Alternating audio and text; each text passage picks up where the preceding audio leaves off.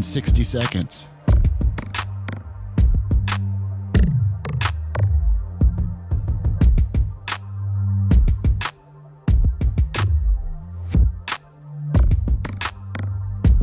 "45 seconds.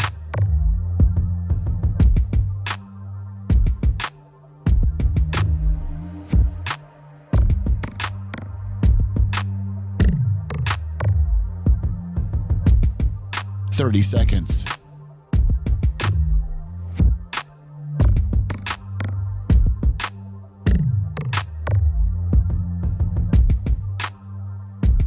The show will start in 15 seconds, and this is your last audible warning.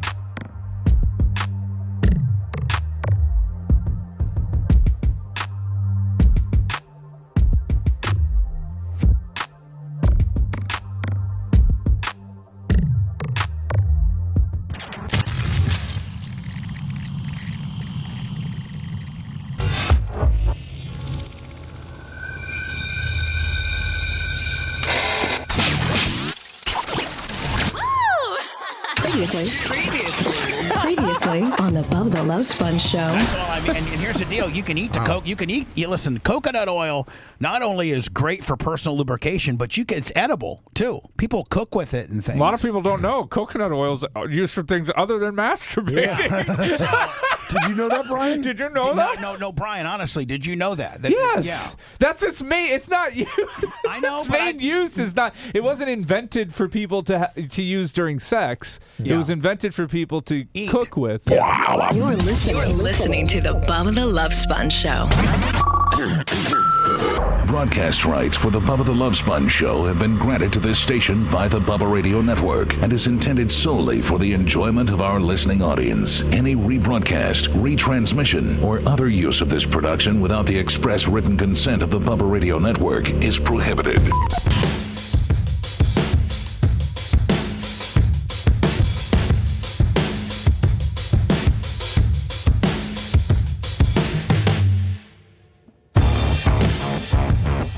What a sight for sore eyes. I didn't think we were getting Jay until late today, if any.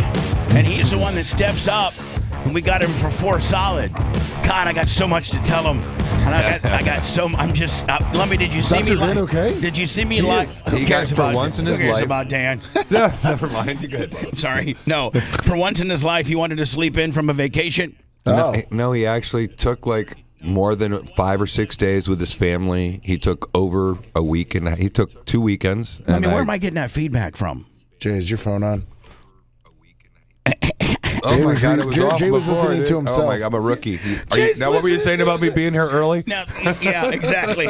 So, hold on. So, Dan actually, I think he went from California Surf Ranch back to the shore. He did, and thank you for letting him do that, Oh, because no it was problem. the first time in 30 years I've seen Dan take 2 weekends off in a row. Yeah. Never seen him take a and 2-week it's all vacation based ever, in- Lummy. And it's Ever. all That's based insane. on being with his kids. It's exactly which, right. Which is great, by the way. He did an amazing thing. He flew up there. He took my mom to that restaurant called Nona's outside of New York. He took his kids to a baseball game with the Phillies.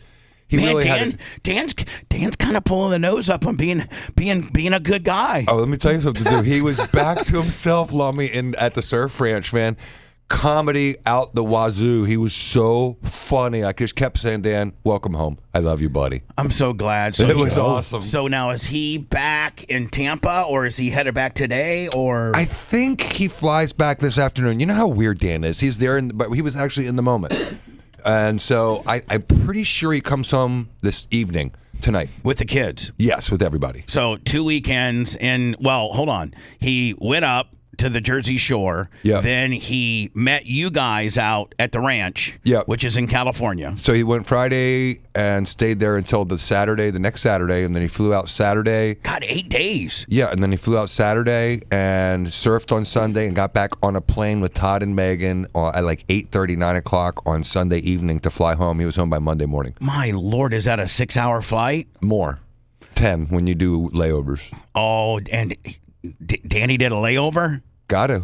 Really? You have to? To get to Fresno, it's in the middle of nowhere. It's like in the middle of Central California farmland. Unless you drive maybe what, San Fran? LA's like 2 hours, 2.5. That's where Steve stays. I stay in San Diego with some of my buddies who are surfers, and so.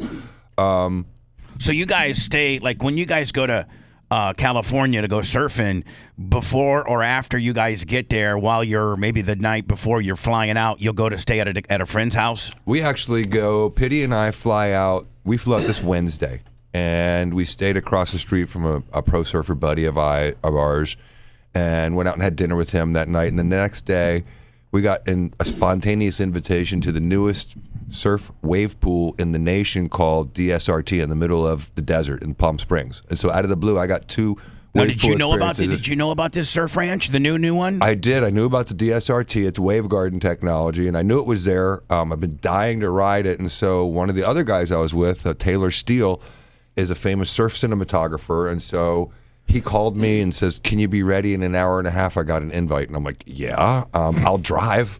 So we drove out there. I literally surfed with Tony Hawk. He was 10 feet from us with his buddy. Cool. Kevin Staub, is that the guy? He was a famous skater.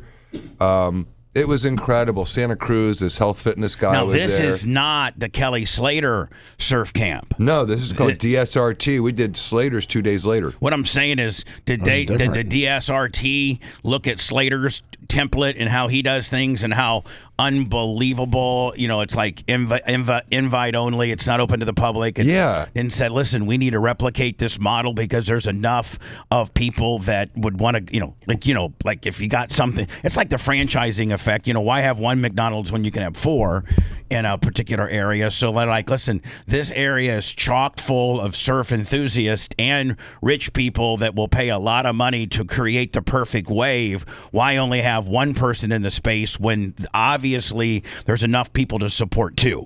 Well, it's almost more like CVS and Walgreens. Right across the street from each other. It's a similar technology but different. And so the big difference is Kelly Slater's is one wave with a 4-minute in between.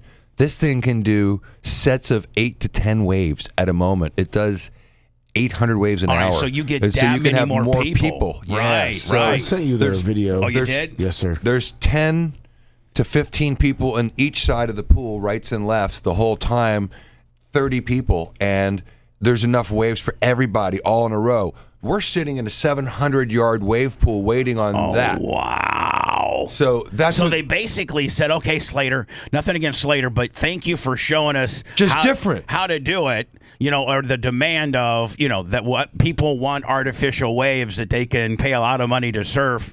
And, and then we'll make it better because how long Slater been around? 15 years, 10? It's probably been around 10 years. And the difference is one is so exclusive, it's really hard to get a ticket to get Willy Wonka's golden ticket. Which one's the hardest, Slater or the this Slater one's really hard. They just made one of these in Virginia Beach at Atlantic Park, but it's a little smaller. And so this technology's starting to develop all over the world. Now, the Kelly Slater uses like kind of the equivalent to a train that has a big cow plow on the front of it, and it plows the water, and then after it gives you that one wave, it has to reset itself. Correct. So that's the 4-minute downtime, and I think it's only one guy per tube. That's and if someone falls, we call it a poach. So you hope your friends don't fall. But when they do, you jump on it, you poach them. So really, the only way there's going to be multiple people at Slater's place is if a poach happens. Otherwise, the new place, this one, the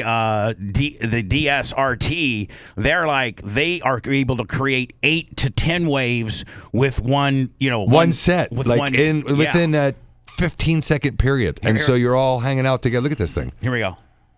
Oh, does it have volume on it? I don't know that it has volume. Does it have volume? It should, but I guess it doesn't. So it's not even open on my yet. side. I got to go there. Oh, man. Look at that.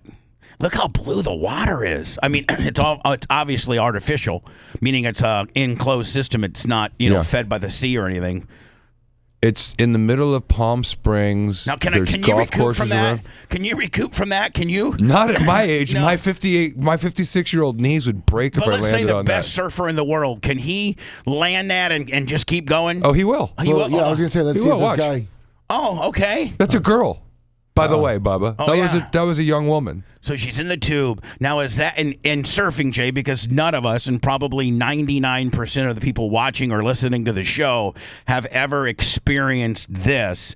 And is that like the most unbelievable? It's like this is like hitting a home run in baseball. 100%. When you're in the tube and it's, water falling over you and you're just making it out. And I think a successful tube is when you just get spit out before the wave crashes itself. Exactly. Right? Exactly. Is it just like surreal and quiet when you're in that tube? It's you're the loud. only person I can really ask. Maybe Dan to an extent, but like I think you have probably more tube time than all of them combined. It's loud in there, and what's amazing is, the experience you get at Surf Ranch is so rare for people. But at this place, I could literally set up a moment where we could get you and Lummy surfing. No way. I swear to God, way. it's got an inside lagoon where you could teach people. You better have an I-beam for a thing. We have a guy named Romano that can lift you. I'm going to be my surfboard is going to be so drowned out in the water. They better get me a big boy that can support a family of They have four. longboards. They literally do. They have SUPs,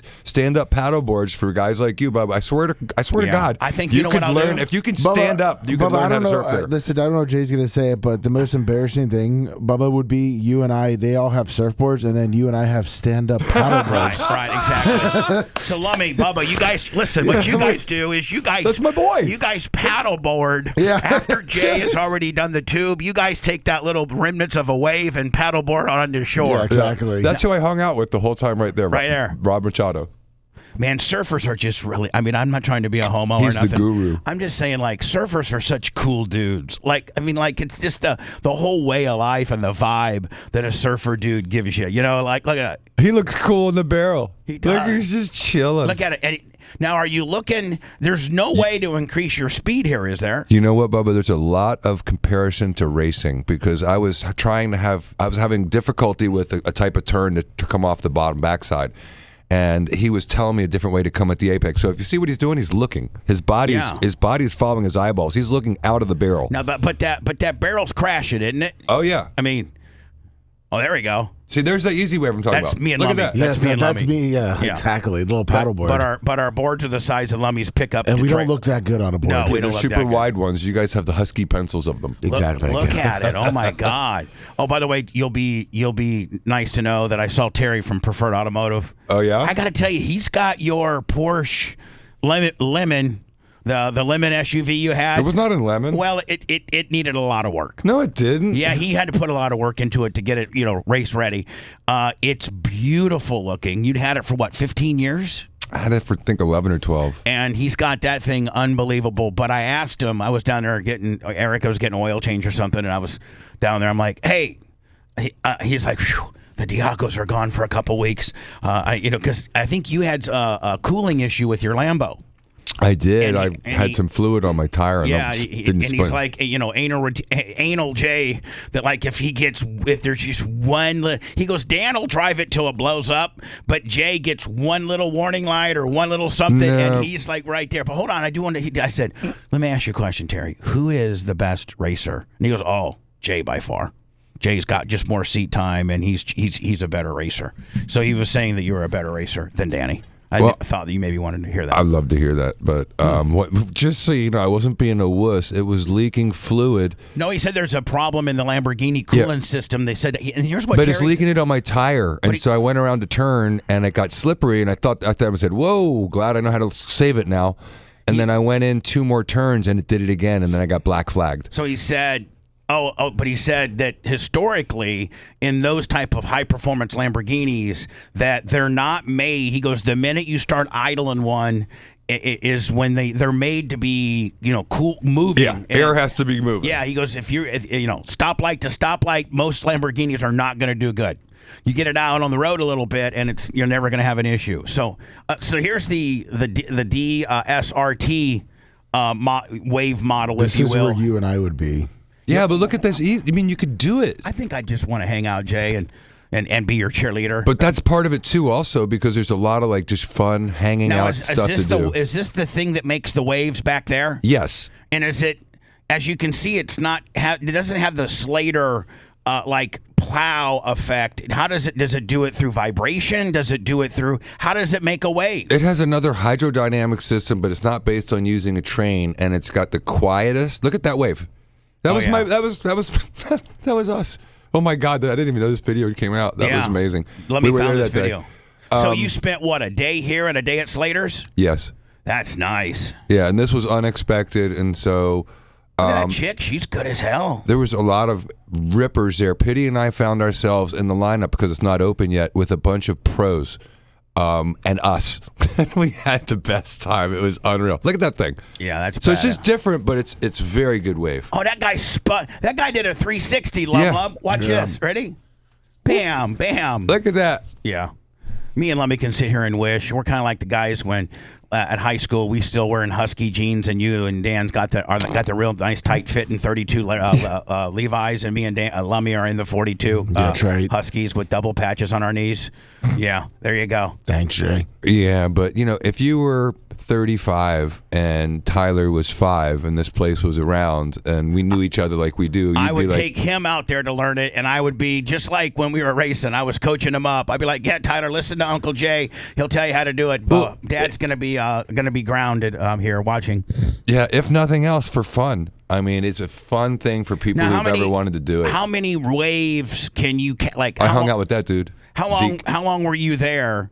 And how many waves did you think you caught? Oh well, you get 3 primary waves an hour at the Kelly, at the surf ranch.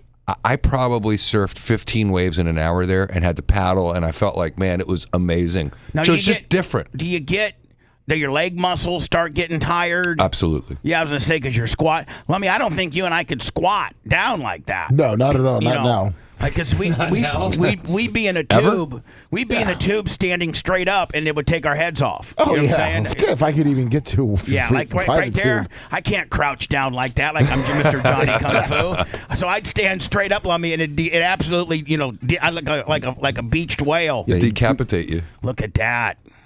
So anyway, Jay, welcome back. So you went here to California, And then the surf ranch. and then a couple days hanging out in Cali. And now I think you didn't have any plans of doing the DSR, did you? No, it's so funny. Steven, is Mr. Planner, and Todd and Pity and I call it the no plan. So we always go to California knowing we're going to hang out with these guys, and we don't make a plan. And so by doing that, the most amazing things happen to us on these long weekends. And so if we had even tried to plan that, Bubba, it could have never happened. Now, go to DSRT 2 days before Surf Ranch at a time it's not even open to the public. How did you get the DSRT invite? So I was hanging out there. I was hanging out with another guy out there, and one of my close friends. Remember we went out to Kandui in the middle of the Indian Ocean?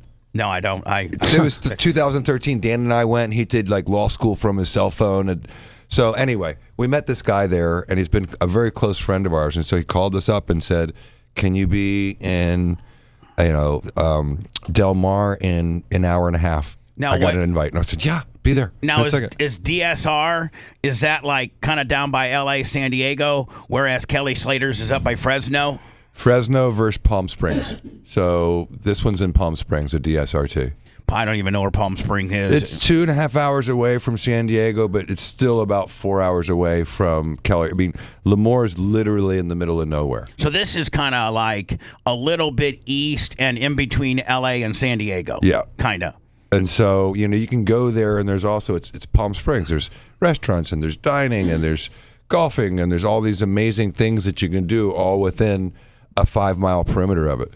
So they've done one of these here. They've done them, why don't they make one of these DSRs like in Orlando, like right smack dab in Florida, like in Orlando, something that was centrally located, or because one, the tourism, and then two, everybody in Florida can get to Orlando. It's kind of the middle of the state, if you will. Can you see, is this like a Top Golf of surfing where you could see this franchising out through, because everybody, Yes. I mean, there's surf enthusiasts everywhere. This is called the Wave Garden technology, and the Wave Garden technology is launching all over the world. They have one in Brazil, they've got one in Virginia. Virginia Beach. There's being another one constructed all over the place, and so I'd love to help get one brought here. They're trying in Wesley Chapel. Yeah, but the one they're doing in Wesley Chapel is the plunger, and so it's really loud. It's got this ginormous plunger in the middle of it. I've seen it. It's stupid. It's not so.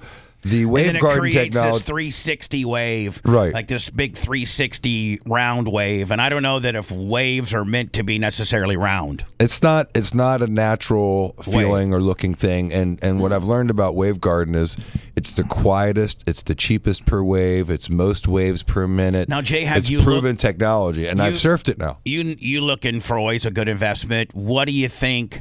That facility, the DSR that you surfed at, what do you think all in the total? Like, obviously you wouldn't do it yourself. I know how much. I knew all the guys that were there. I asked everybody. So you inquired. Okay, it's this. I suspect based on 25 million? general, no, 100 million. Oh, 100 million. But that includes all the infrastructure. The pool's probably 50, 60 million, and then these guys are building, homes around it that you can purchase and Airbnb, and they have, they'll have restaurants, probably a little bit of a resort and a restaurant. And there's golf course like within a quarter mile.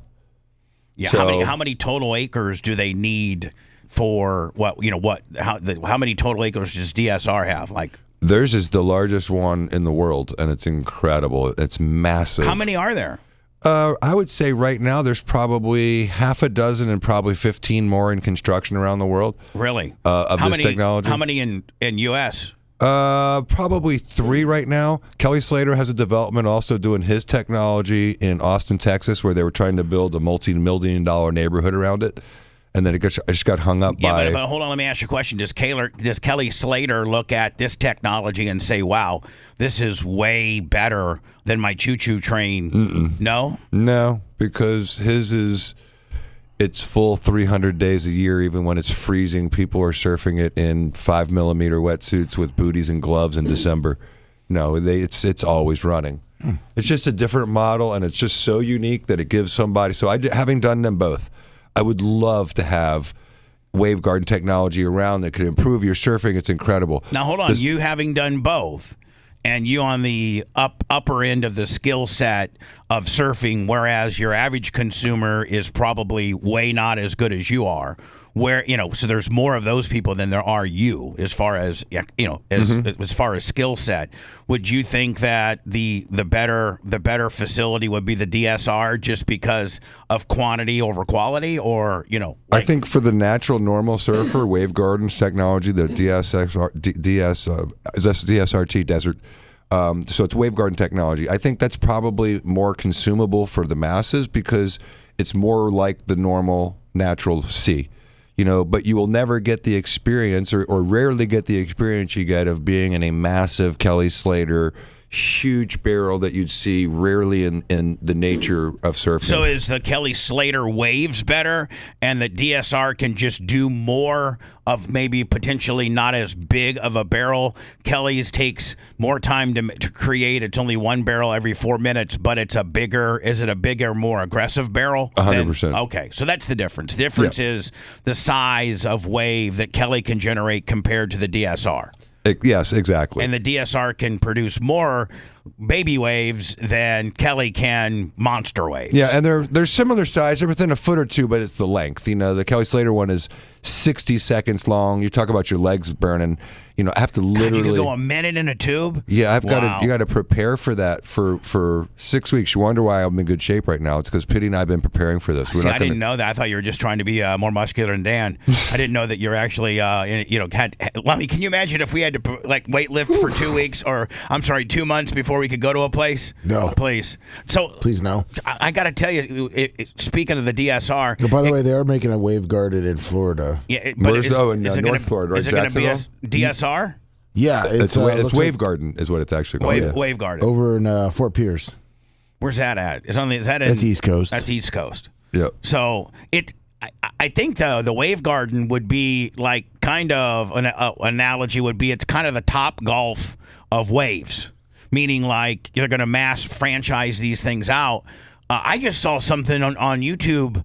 God, I think maybe 2 weeks ago, because I always thought that Top Golf was killing it like absolutely killing it, and they're in trouble right now. They were killing it. Well, here's the deal: the CEO of Callaway Golf. I don't know if you guys know this or not, but Callaway bought Topgolf. Did you know that, Lummy? Yeah. And then I didn't know. And then the CEO. And then COVID, they had some struggling times in COVID, but then once we got out of COVID, it really, really blew up because people were wanting to get out. But, it's very expensive. And from what I can gather, you might know more about this than me, Lummy, but they kind of maybe developed too many too fast. They did, and then also Callaway, they sold 60% to They sold an equity They firm. sold 60% and lost like $400 million. Yeah, no, they lost a lot of money, and this equity firm is just trying to get it to make money. And the guy that was doing the YouTube was like, man, Callaway needed to understand that when you build the world's best golf club and the Big Bertha and all these things that, manufacturing golf clubs doesn't take a lot of money, and you can do it at a very large quantity, and you have, a niche market, if you will, and you can pretty much kick ass. And they had enough money to buy Topgolf for over I think it might have been $2 billion. But then once you get into the Topgolf, now you're dealing with the average consumer that's very fickle, that is not necessarily a hardcore golfer. They're just having a good time. And if anywhere down along the line that you are either charging too much, that get a bad food experience, too long of a wait, and all of these things, people just won't come. Now, people are always going to be there's always going to be golfers, and there's always going to be golfers that need golf clubs. Like that, until we're no longer around as human beings, there's always going to be, and with the golf demographic, you have to think that you got probably a man 25 to 70 that's affluent. Right? I mean, poor people can't afford Cheval Green's fees. So you got a person that, is accustomed to paying, $150, $200 green, all in, Lummy. I think TPC with a trail fee, a golf cart rental, I think it's $200 plus to golf one day there. Yeah, golf has tried to make it more affordable at other places, unlike TPC. Well, some of the smaller little public clubs, yeah. they've tried to make it, like golfing is super expensive. $30 to come in and stuff like that. Yeah. So, but you're always going to have a built-in audience with Callaway when you're making Callaway clubs. Well, the minute they bought Topgolf, then there was that downtick in the society when Biden was in office and inflation, and there were people that were making real choices. Hey, am I going to host my next, employee gathering? Is Diaco Law going to have our next employee gathering at Topgolf that's going to cost Jay $3,500 after food and drink, or am I? We did one there. Yeah, and if I may ask, was it expensive? It was reasonable. It was less than that. Well, so anyway, but people are going to stop doing that and during inflation times when eggs are $7 a dozen. Yeah, well, it's not reasonable to send your 16-year-old there because they'll spend $80. Right. It's a lot of money for a kid to go spend 3 hours. So I think, Lummy, Callaway sold a portion of it, end up taking a huge loss. I don't know, maybe you can research what they paid for it, and they paid top dollar for it. And then, they expanded a little too quickly. To $2 billion. They paid $2 billion. Yes. And then they sold 60%. 60% for what? $800 million? Yeah, it looks like to do about $37 a share, so about $700 million. So, Jay, they paid $2 billion for all in, and then they sold 60% of the company for $700 million. I think that's a loss. I don't do math really well, but that's bad. No, that's bad. Yeah. Not good. We haven't bring in a forensic accountant or anything, but I think just off the top, it's pretty bad. Yeah. And so I know that and here's the thing with Topgolf. It's kind of a novelty that after you've gone a couple times, you're kind of over it. Like, I will tell you, though, the few times that I've been there, I had a good experience, and the food was good. They had great food. That's where they make the money. I mean, they get you in there, and they have you captive, not in a bad way. That's smart, demographic. You can buy gloves, you can buy clubs, you like food, you got liquor. It's like those places that parents want to go where they can have a cocktail and let their kids be. You know what I mean? It's like one of those places. Let me kind of like the place where Walker goes for hockey lessons that we went and saw Steve do the charity game. They, while your little kid is out there learning how to skate and, learning, I think they have, 5 rinks? They have 8. They have Where 8. was it? The place right over Advent Health. is it yeah. Advent Health, Yeah. And so that's kind of the ice hockey version of Topgolf. Isn't it, Lummy? Because you can go up they had that one unbelievable restaurant that we had lunch in. Yeah, top shelf. And you can they have liquor and so you can, and they have windows that you can see almost all the rinks, so you can actually have eyes on your kid out there learning how to skate while you and your wife or whoever either has a little bit of dinner and some cocktails. And then they have that incredible pro shop, Lummy, where you can buy anything that's related to ice hockey or skating. Exactly. And I think they do. You know the guy who owns half of it, don't you? Yeah, they're doing well.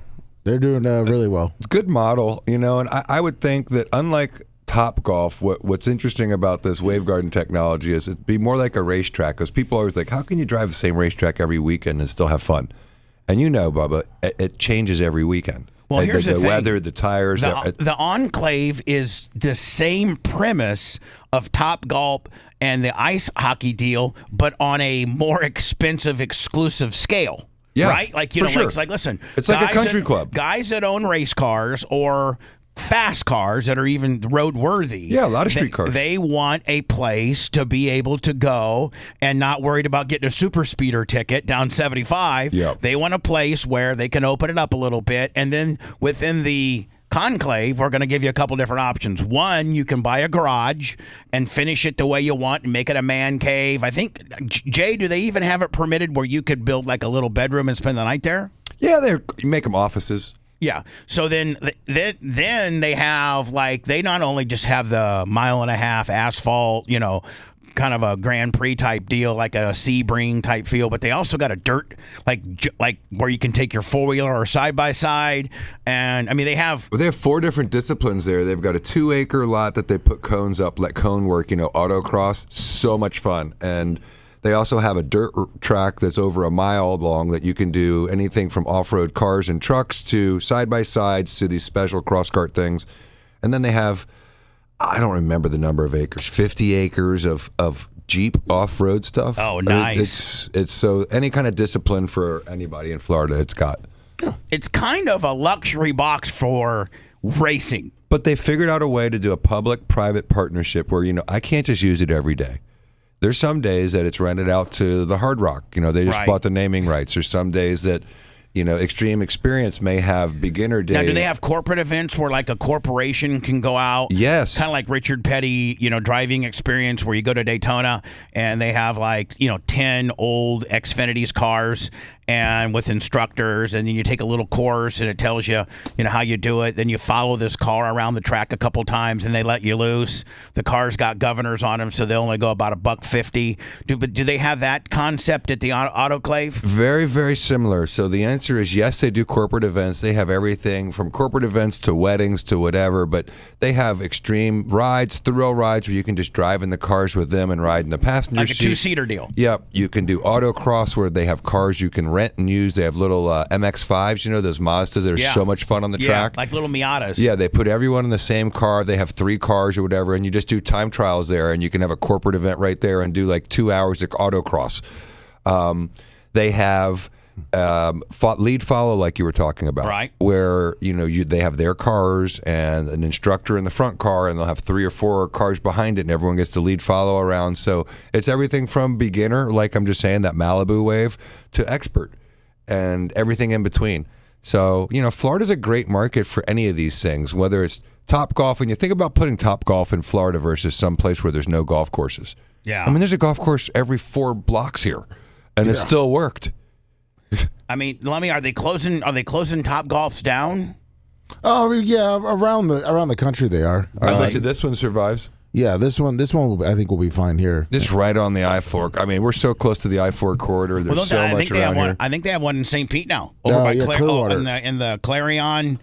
Carillon area, which is right off the. Yeah, they have one over there. Brilliant now. place for it. Well, they for the longest time they were saying they were going to try to put the Ray Stadium right there because you got all of Pinellas, and a person that lives in Hillsboro, they'll cross the bridge and go to the first exit. Now, they're not going to the 16th exit in South St. Pete, but they'll go to the first exit, especially how much better Howard Franklin has gotten. But, again, I think where they're going to put the Ray Stadium, which is obviously shown that area between George Steinbrenner Field and Ray J Stadium, I mean, the Bucks put 68,000 people in there every Sunday, and, it's accessible by most, by highways and by back route, There's so many ways in and out. You're right. It's just the ingress and egress of Right. Tampa Stadium is unmatchable. So you put it there, which that's where it's going to be, and it is literally like the West Shore area. That's the most centrally located.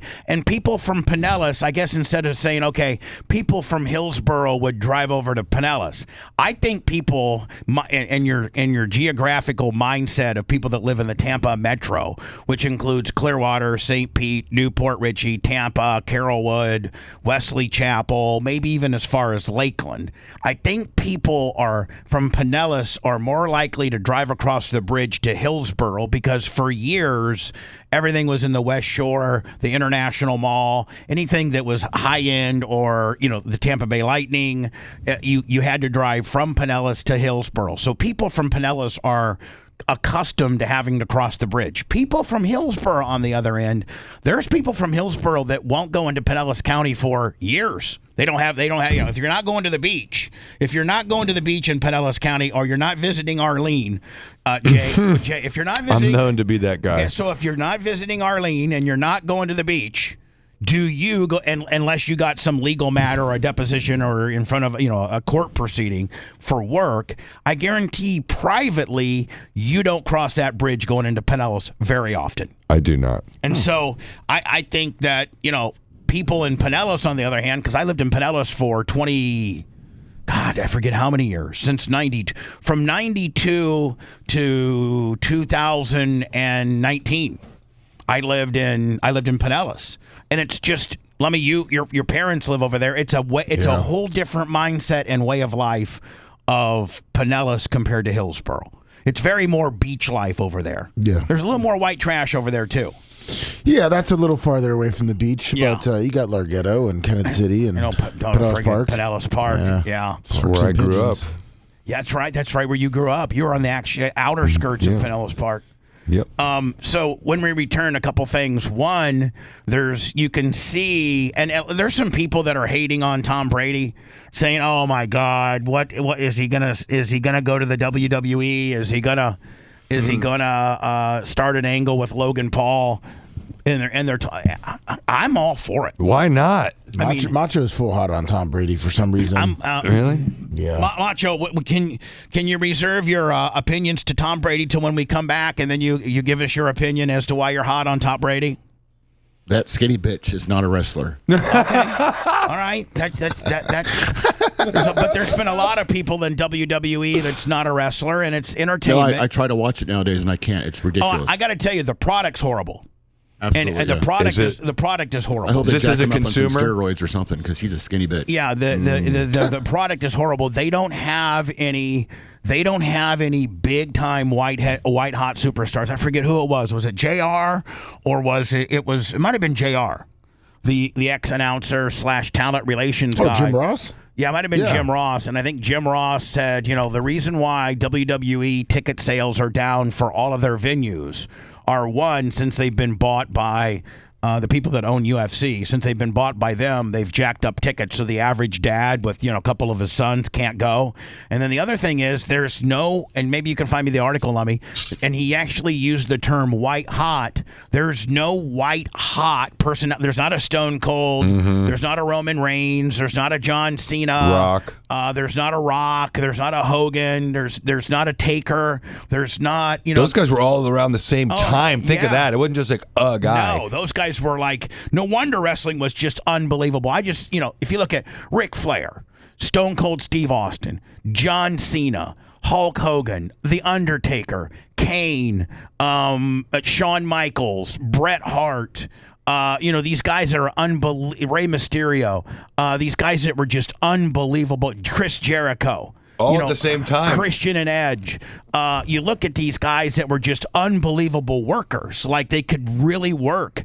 And I think Logan Paul is a hell of a worker for a guy that just came into the business, so to speak. So But they need 6 of him. They need exactly. They need 5 that are actually better than him. Right. And he's good. And they need some heels in that group. You need someone that can do some backflips and be a heel and piss the crowd off about how bad their team sucks. Did you find that article on me? I'll send it to you. Okay, cool. We'll get into it next. Yep, he insulted everyone during that last break. The Bubba the Love Sponge Show returns after these words.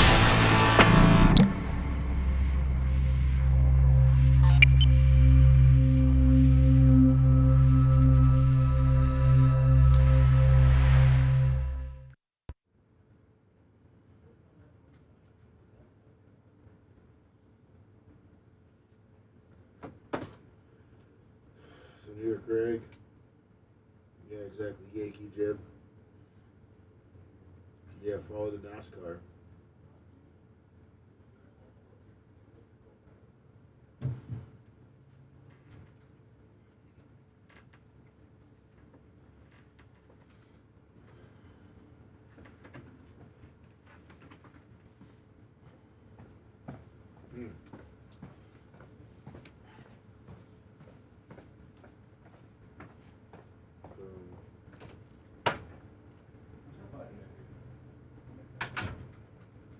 You guys got me. Hit the thumbs up. PayPal, Cash App, Venmo. What's up, Dirt Merchant?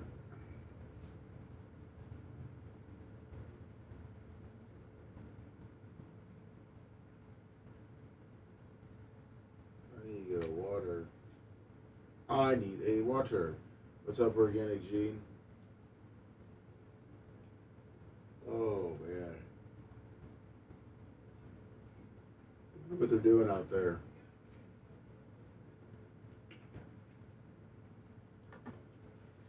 Good morning, Iggy McGillicuddy. Good morning, TNT.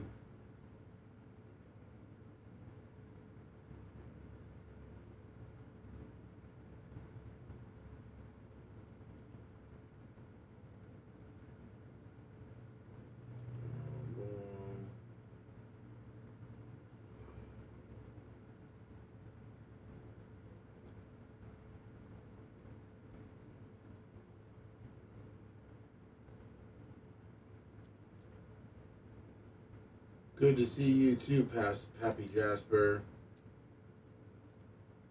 Morning, Catastrophic. Oh, man. This like you like my back the welder. I just well voted for him. Right there, across the board.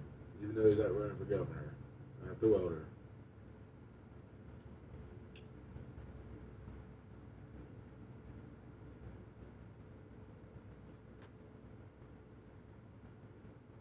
Conservative and clean water. Bubba Nation, they should be. I'll check with Macho to see why they weren't. Jerkism, I have not hit there since pre-COVID, and I did not know that their clubs. Well, I went there just to meet a friend, and then I tried their clubs, and they're super tiny. Hi, Warren. Hey, good morning, Bubba. Ziggy, good morning. Iggy! Iggy, can't you see how much your biceps intimidate me? Don't mess with Iggy. I love Iggy. Are you taking calls today or no? Someone asked. Why, so they can fuck with me? No, I just, no. No, sorry. Because here's the deal, like, Slow the show down. I wish we had some fucking guaranteed, this guy's gonna fucking have a really good phone call. Probably not. It's probably to mark out to Jay. You know. Sorry, Jay. Just kidding.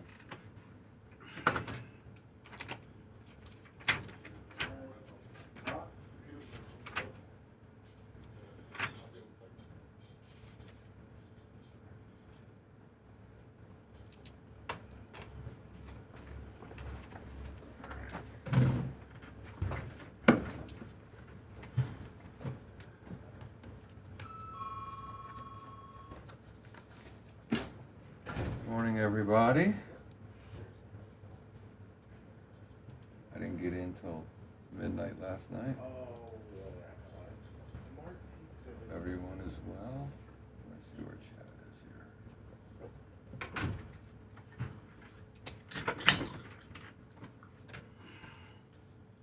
Dan never signed in.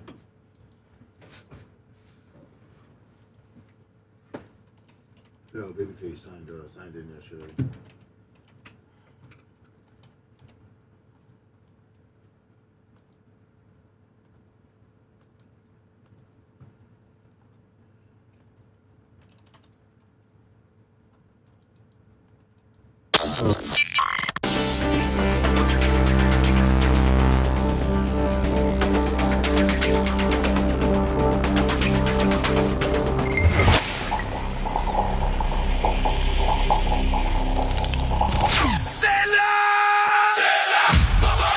Power Screen of Florida. Rock solid and rugged quality. Power Screen of Florida, the experts in design and manufacture of crushing, screening, washing, grinding, and recycling equipment. With locations in Florida, Georgia, Texas, Dominican Republic, and Central America, there's got to be one near you. Real simple to get a hold of them, my friends. PowerscreenFLA.com. Power Screen of Florida. Rock solid, rugged quality. So the lawyers are nervous, and that's a good sign. Back to Bubba. It's the Bubba the Love Sponge Show.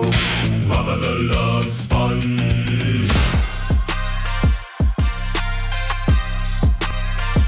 PayPal, Venmo, Cash App at the Bubba Army. Don't forget my great friends. I got them right here. I got them pulled up right here. Todd Stepp. He's just such a good dude. And Steps Towing and Heavy Transport and Auto Parts serves West Central Florida and provides heavy transportation and services nationwide. Chasing the dream, not the competition. It's stepstowing.com. 24-hour dispatch, whether it's a dead battery, a lockout, you're in the ditch, your car won't run, you're drunk, you've drank too much, and you don't want to drive DUI, but leave your car in the parking lot, listen to Flatbed, and take you home with your car. 800-330-8651. Or you got like some heavy equipment that you need moved. They got, I don't know, maybe 200-300 different trucks and transporters and rotators and semis. And Todd Stepp genuinely is one of the nicest dudes I know. Him and Kurt Morgan might be two of the coolest and nicest, most successful people that are you would never know were as affluent as they were. They're just normal dudes. They're just really normal. Kurt Morgan is another dude who's just salt of the earth. Todd, too. Whenever you see him, you'd never know. Todd Steps and Steps Towing. Go to stepstowing.com. Jim Ross, who's now, is he working for AEW now, or he was? I think he might have retired. I gotta look. I know he does his own little podcast. I know he's got and I don't think it's a little one, my friend. I think it actually is a quite big one. Like I think his it's pretty big. Wonder if we should reach out and see if I don't know if he'd ever do our show. Why wouldn't he? Well, because I reached out about a year ago because of the Hogan deal. Everybody's kind of got their own little opinion as to how the Hogan deal went down. And a lot of people think I set Hogan up, or that me and Hogan were in on it. Oh, you mean that? Not just the death thing? No, the original sin. Yeah. I reached out to him before Hogan's death, and it was a. It's been a lifetime, man. No, thank you. How about I think now, and this guy's been really, really critical of me and has busted my balls, but I'd love to still have him on the air, and he could like completely bust my balls or what have you. That is Jim Cornette. Gary and I both have tried sending messages and don't they know the new mature Bubba is willing to take a little bit of an ass chewing and listen to some stuff? I mean, come on. This is the nice thing about Jim Cornette is he listens or he plays a lot of our clips and but doesn't want to talk to us. Well, and he doesn't want to give us any credit. No. Like we have. That's the problem, Bubba. You just hit it. Yeah. Well, here's the deal, and a lot of people are mad that I was the only person in the world, media-wise, that was reporting Hogan's death, or I'm sorry, his spiral, his health spiral. Right. I was the only one that had, listen, I'm going to be honest with you. My sources were I had a shift nurse that worked intensive care, and I had a valet guy.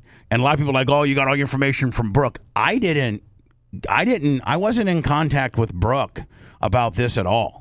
The family was keeping her at arm's length too. She never once went over to, like, no. You kept asking questions and asking Dr. Dan, well, why would somebody potentially be still there in a hospital? Why would someone potentially need to be there for this long? And then what I've heard is now he's going home, and why would they need this? And guess what? The whole thing he thought was something adverse happened during the surgery, and it turned out to be the phrenic artery. Well, a lot of the information we had with regards to Hogan's, spiral in health is the fact that I'd get a little bit of information, and then I would Dan would be my medical chat GPT, and I called Dan privately. Dan. Yeah, I called Dan a couple times at the law firm, and Jay was on speaker, and I'd be like, listen, here's what I'm getting. And then Dan would be like, okay, that's not standard care. That's not, and so Dan would then, a lot of my revelations and updates on Hogan's health situation, I would hold back to Mondays and Tuesdays so that I had Dan and Jay in here so that they would help me navigate through the information I have. And I was getting solid information, but not necessarily medically, like I wasn't getting what was written on his chart, but I was getting, okay, he's still in intensive care. Right. There's a cardiac situation, problems potentially with the phrenic nerve. And then I had a guy that worked valet at Morgan Plant, and he would contact me and let me know who has been coming in and out seeing Hogan, and how there was like a message that's sent to all families, people that were close to him and what have you, that you need to get here and pay your respects. No, none of that was reported. In fact, I think Eric Bischoff, you can correct me or not, when we were getting reports that family members have been told to come say your goodbyes, Eric Bischoff's on his 83 Weeks and various other programs, saying, me and Hogan are getting ready to go back on the road. Don't forget Cleveland is going to be our opening night for our All-American Federation Wrestling deal. He was not being truthful.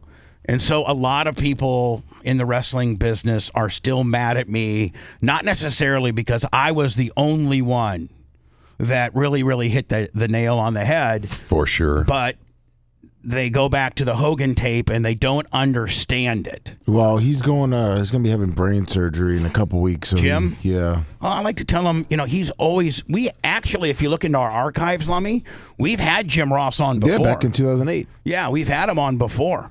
Maybe, God, I hate to say maybe Gary repurpose the 2008 interview with kind of a new headline. I got to tell you, Lummy, I don't mean to get disrespected, but Gary Cantrell's thumbnails are next level. Like no doubt. My God.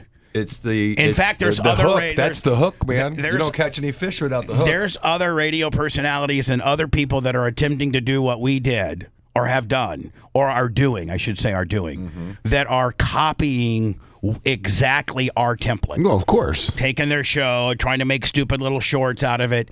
But the thing about it is, here's the deal. They don't have a digital audience.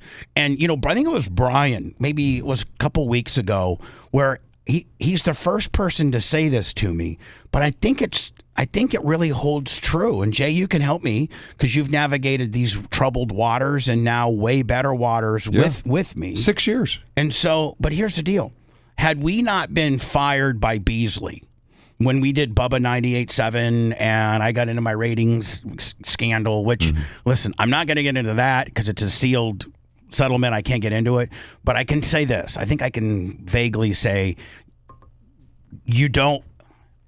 a lot of people make me, I don't know even if I can say that.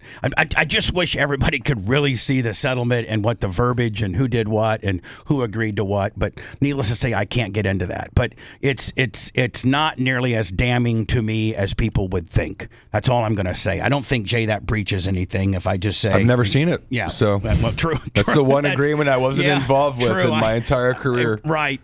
It was Todd Foster deal. If you look at when Beasley let me go in 18, and that's kind of where the bottom really fell out, where we no longer had a big paying affiliate, and we had to, and that's when I had my meeting with Tom Bean, and he still had an office on Nassau, and I can remember, Lummy, you went up the stairs, and his office was that first one, and then Red Tape Kins was that second one, and then Paula had like a little cubicle, and then Jim Martin, the accountant, was back, in the back there, back corner, so 2017, we get fired from.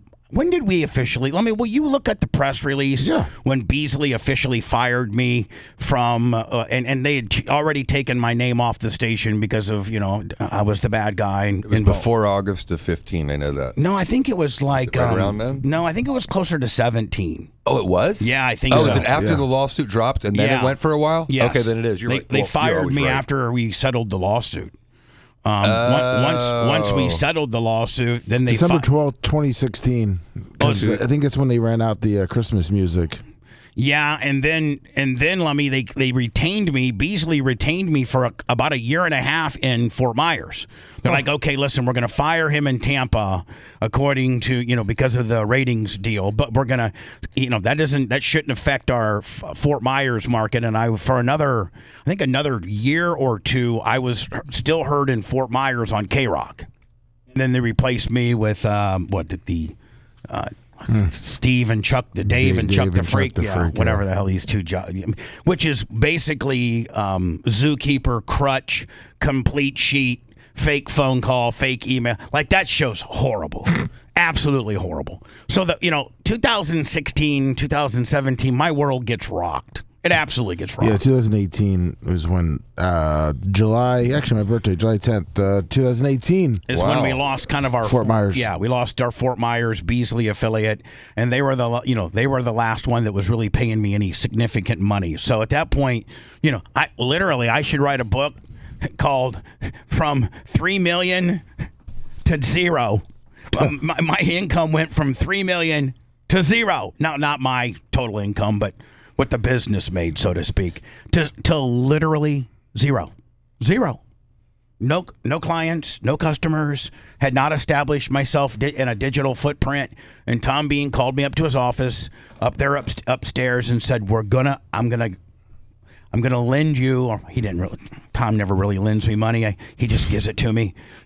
I owe him so much. He's like, I'm going to invest $25,000. I got a camera company and Boogie with his wiring, and we're going to wire it all up, and we're going to wire the studios for cameras, and you're going to start doing your show, which I still had some affiliates. I still had Fort Walton Beach. I still had Phoenix. I still had Charleston. I still had some terrestrial affiliates. So while you do your terrestrial show, you're going to also be visually seen on this thing called Twitch. I remember, it was wild. And I'm like, what? Yeah, there's this thing called Twitch, and I remember sitting at his office, and he pulls up Twitch, and it's at this point it's all gaming. Yep. And this chick named Amaruth, which, by the way, Lummy, she's gone on to I think she owns like 7 to 10 convenience stores and car washes and like laundromats. Like, she's diversified. She was the hottest thing and still might be the hottest thing on Twitch, and she absolutely diversified and has made tens, if not hundreds of millions of dollars. So we're looking at this Amaruth chick, and she's super hot. And she's playing video games and singing songs and all this kind of deal. And I'm like, but Tom, that's not what we do. We do a radio show. Yeah, but you got to go visual. And after we establish Twitch, then from there we'll go to YouTube, and from there we'll do other, blah blah. I'm like, oh my God. He did that twice to your career. Yeah, and so I remember our first check from. Now, listen, I was used to getting like $105,000 a month. All of my affiliates and things like that. I mean, I think Beasley paid me just for Tampa like $83,000. I think it's $1 million. It's $83,333 a month, and we were getting like a couple hundred out of Fort Myers, and I think maybe 80 out of Charleston. So we were making some good money, and that all goes away, and my first Twitch check was $412. Woo. That was my first one. $412, and I'm like Tom, I got $37,000 in expense. I got $40,000 in it because Manson was still with me with that high salary. I'm like, this isn't gonna work, bud. And he's like, well, you got to make it work. You can't give up. You just got to keep doing it. You got to find niches, and that's when we developed the Bubba 199s, and that's when I think we established the BARP concept. Yeah. And, was it 2018 or 19 the first BARP? Yep. Started doing more merchandise and just really starting to grind and grift, and now. Brian, I think his actual question in a very long-winded way. Now that I'm getting back to the question that I asked myself, but Brian said, had the bottom not fallen out on you, and you were still in your little cushy terrestrial job, although they're making terrestrial personalities take huge pay cuts, then they're giving them take it or leave it offers. Do you think that the bottom falling out is actually now a blessing in disguise because it made you go and find these other revenue sources and streams and made you play the digital game more so than you probably would have played it when you got that cushy money coming in every month? And I'm like, you know what? I never thought of that, but you're right. I wouldn't have today the library, Lummy, and Bubba Army HQ, and the app that's coming out soon, and just all the infrastructure that we built, and 150,000 subs on YouTube, and approaching 300,000 followers on Facebook, and 70,000 followers on Instagram, and 1,000,007 likes on TikTok, and I don't know how many tens of thousands of followers on Rumble, and locals, and just all the different various forms of income revenue sources you have for one show, and then going out and doing ancillary shows like the podcasting that we do. Don't forget Deadly Intentions debuts this Thursday at 10 o'clock. The Break It Down with Bubba's, the Lummy Goat Reports, the weekend. Lummy, I got a ton of good reaction from you and Dark Match Steve. Oh, good. Can we keep doing that? Yeah. I mean, is that gonna be a thing? Yeah, we were just working it all out, trying it out. So, think about it, Jay. I wouldn't have done any of that if I still had my cush terrestrial radio job. And when the rug finally gets pulled out of these tush terrestrial radio job people, and, radio is now becoming more and more AI and syndicated and piping people in, what are these people that have not established what we did back in 18? And it's almost too late now. We almost got in too late at 18. Well, I don't mean to counter program Brian, because this isn't about what Brian said being wrong, more about what I think Tom Bean did for you at all the stages of your career, including you owning your own book of Brian material. just asked me the question, meaning would you I think that Tom Bean would have been on it within 24 to 48 months of it, no matter what, like he was on Radio I.O. Before there was Apple iTunes, there was Radio I.O. We were 10 years You guys did ahead. Jackass before Jackass. I mean, you guys did everything. Girls Gone Wild before Girls Gone Wild. Exactly. And so you've been on the tip of the spear on all of that stuff. And so to give Tom Bean a little bit of credit, all the credit. I think that he would have been on Twitch and been on the video medium much quicker than you think. And I don't think the bottom would have needed to fall out anyway. I think he would have been building a ginormous video studio, and you would have done the same thing. Well, but here's the deal. The bottom did fall out, and it made us hustle and grind and grift more than we needed to. But we learned more that way, didn't we? And it set us up to where we are now. Yeah. And that's why Jay knows, my guy, and he doesn't even really listen to the show much, but my guy my guy. Yes, I got the Dan Diacos. Yes, I got the Jays. I got the Kevin Hazlett, the Bryans.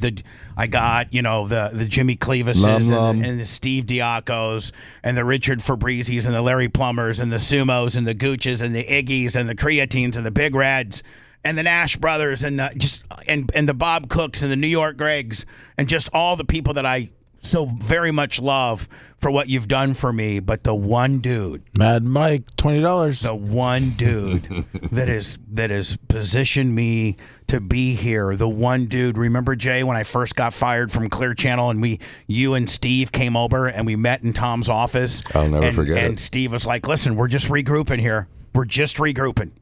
And you guys were all suited up, and I'm over here crying because I'm done. And Tom's like, listen, I'm going to get you paid. There's a provision in your contract that I'm going to get you paid. Because remember, they told me, kick sand, buddy. Mm-hmm. Tom got me paid. And at that point, started positioning us to potentially work with Howard. Tom made a few phone calls. Brent Hatley made a few phone calls. Yep. Next thing you know, we have an interview with Howard. So Tom Bean has just been...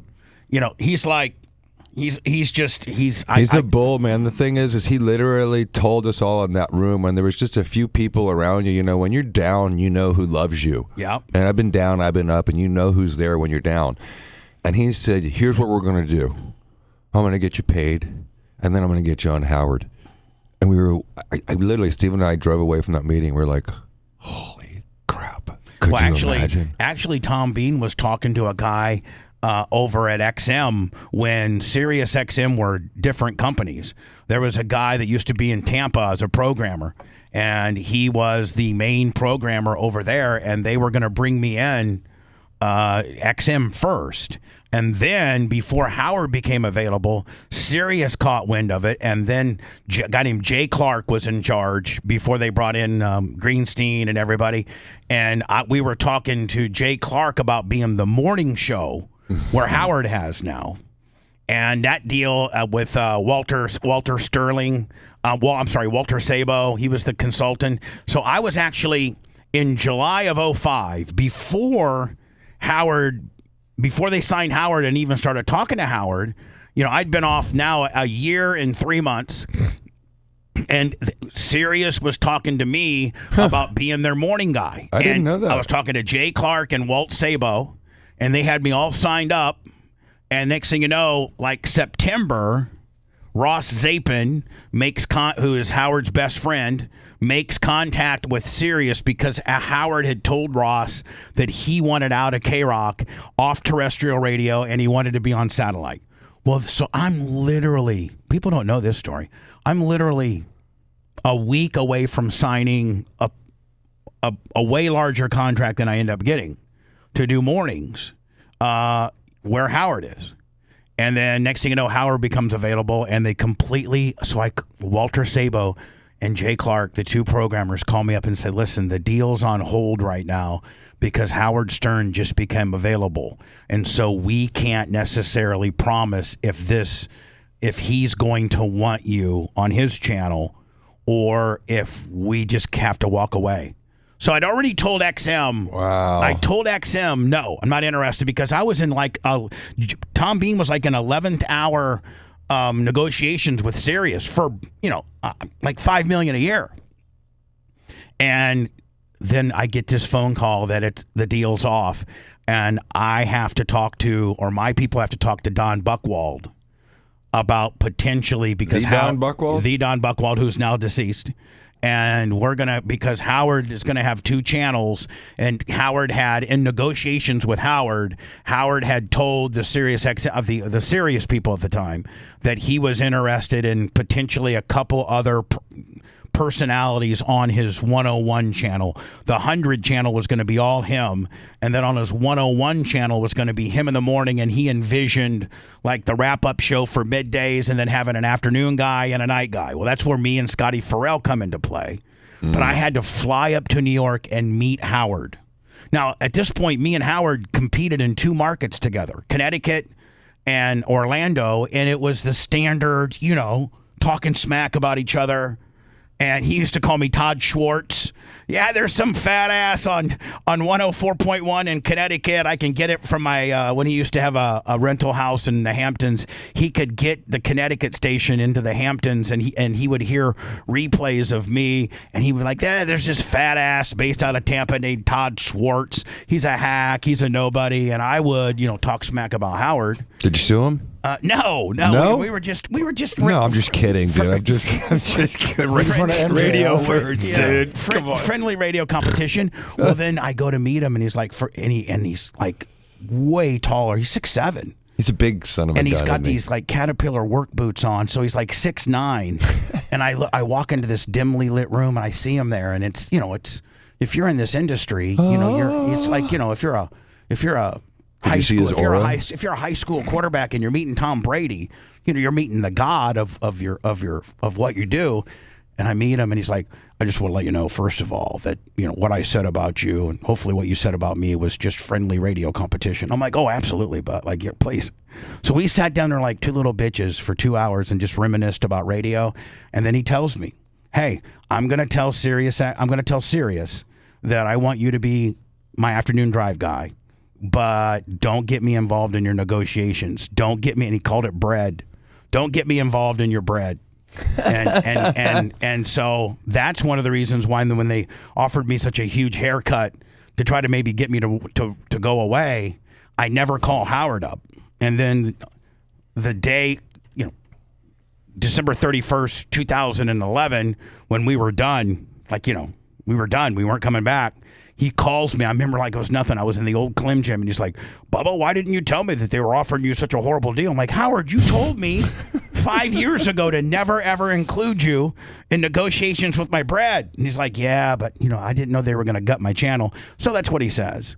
So, that's kind of the evolution as to, Tom Bean and everybody kind of circling the wagons and getting us where we needed to be, and my appreciation for everybody. And at the end of the day, man, I'm not trying to be disrespectful to terrestrial radio, because we're getting ready to add a 50,000 watt affiliate probably in the next 60 days. The deal's done. Woo. But, we don't necessarily need terrestrial radio to, we can pay our bills, pay payroll, and make a little bit of a profit and not be on terrestrial radio. Well, and your current group right now, between Lummy and Mach and Gary Cantrell, these guys have really helped you master the visual media of all these different platforms, and they're all slightly different, and you've got traction on all of them. And I forget who your guest was the other week, the wife of Lana Turner. Yeah. With her Facebook advice was such good advice, because that's the one that blows up when you don't know, and those are the people that are really our age. But the foresight of Tom Bean to get on Twitch and Rumble and all these different various mediums was just amazing. And you've got a good group of people now that want to just help you, and so hopefully, being in the new studio, you're not only able to have some good content, but you're able to have a little peace in life, because you know what? You deserve it, man. Yeah, I'm so excited about the growth that Gary's just busting ass. We got some great things lined up, like Deadly Intentions podcast with Pete. We're taping 2 of those shows today. The debut of our first one is going to be this Thursday at 10 o'clock. Today at 10 o'clock, Lummy, I think there's a Break It Down Bubba that comes out. I did 2 Break It Down Bubbas yesterday. Both were Tampa, Florida based. Did you see that? Yeah, I found those too. One was TPD at the old Hogan's Beach Club. Yeah, it was at Water. Yeah, at Water. Yeah. And the other one was a Pinellas Park, Walmart white trash Wildcat, who had to get put in a hobbler. So Break It Down Bubba comes out today at 10, and then with the debut of Deadly Intentions, the podcast with a man named Pete who spent 25 years in federal prison. That rolls out this Thursday. And Gary, I got to tell you, I'll get into the Jim Ross and the Tom Brady stuff next break, because I'm running a little bit late. But Gary, I got to tell you, you are absolutely part of our mojo as to how and why we're doing so good right now with the growth on all of our digital platforms. And I just can't tell you how thankful I am for your hard work and your clips, his thumbnails are unbelievable. Your thumbnails and your shorts and your reels. are unbelievable. I feel like and you know that I've said this multiple times to Gary. Gary, why don't you hire somebody? Why don't we hire somebody that reports to you to do some of this work? Because I gotta think that there comes a point where it's way overwhelming for him. Well, we've tried out a couple of people. Gary has, and they just they're not up to what we do. There's something special about the person that does it, like the girl that does ours at Diaco Law does an amazing thing. You got to know the show. Well, that's the problem. That's it. That's the problem. Just like 100%. the person that does your social has to know kind of your personality. 100%. Has to know the inner workings of the hierarchy at Diaco Law. And so they just can't be somebody that doesn't know you personally. It almost has to be somebody that, kind of really, really knows the dynamics of all four walls within Diaco Law. Right. To listen to 4 hours of stuff and figure out what to make into a short or a reel or what to say in a thumbnail or how to start out your show with what happened last night. It's a real talent. Yeah. And that's where you get the eyes. It starts with the thumbnail. Yeah. I don't click on anything that doesn't look interesting to me. It's thumbnail. So let me tell you this. I want you to send this to Gary. Gary, when you find a guy or a chick that can keep up with you or is a couple steps behind you but can take direction, let's talk about you hiring that person to report directly to you, and I pay him. It's going to take a fan that's good at this. And we also need today when you do your thing, just if you could follow those two little I know. two little things. I'm going to move Pete's mic up, make him project, and I'm moving my mic back, and I'm not going to make it seamless like I do now in radio. I'm going to have some natural pregnant pauses. Is that what I needed to do? Yes, sir. I mean, I can take directions, but I know. That's why I was just reminding. Hey, People don't know that about you, but you do. How about the copious notes that I gave you a few hours ago? You're the man. We'll get back. We'll talk about Jim Ross. We'll talk about Tom Brady potentially joining the WWE, as it looks like him and Logan Paul are setting up an angle. They had a run-in at the World Cup. Don't forget when Logan Paul, I forget what, for WrestleMania or something, Tom Brady was out there with Gronk. And remember Logan Paul slapped him? Yeah, there was a flag football thing, too. Yeah, it was a flag football thing. Yeah. That was right. And so that's kind of started it, and people are now speculating if there's going to be a Tom Brady, Logan Paul. My only thing is Tom Brady is worth so much money, and he's worth even more money when he's healthy. I wouldn't want him to get hurt. He's the golden goose. I mean, that guy probably generates $100 million a year rolling around. I'd hate to see him get hurt. You know what I'm saying? For a relatively small payday that he's going to get with WWE compared to what he, gets naturally just running. I guarantee you that guy makes $100 million a year just rolling around as Tom Brady. It's got to be. Can't get hurt. We'll start breaking that down. We'll get into that next. Hold on. Don't be mad at him, dude. Be happy for him. He would be happy for you. Yep, they got it all figured out. Oh, no, I'm happy for him. I'm so happy for him that I would like to beat him with my happiness. Bubba the Love Sponge returns after this.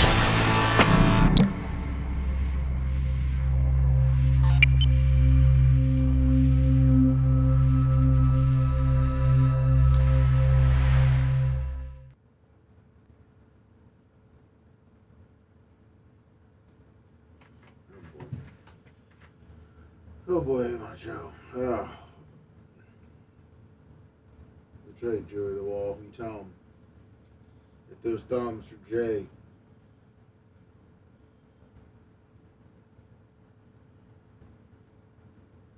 Poor Jim Ross.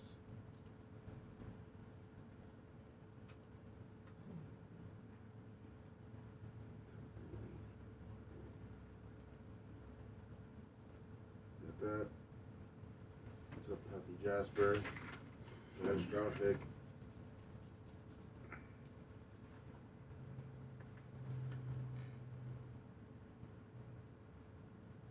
Jay Beeks, good morning.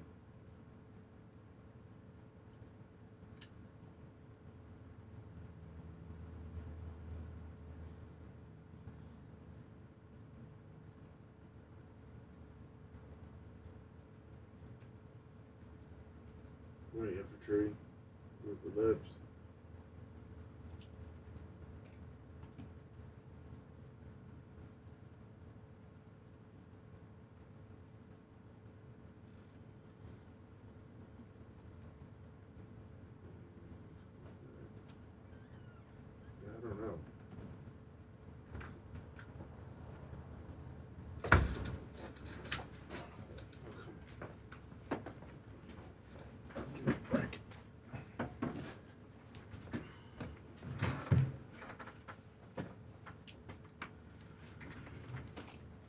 What up, Dirt Merchant? Ad Mike, Iggy, Glowbug, Jonesy. What up, Snizuki? I think I saw you there, Grouper Lips. How you doing, buddy? What up, Glenn Longnecker?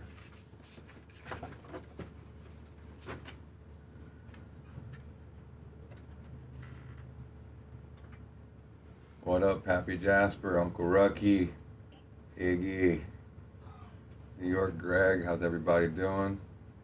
Glad to be back. Chub it up, Spice, what up? You as well.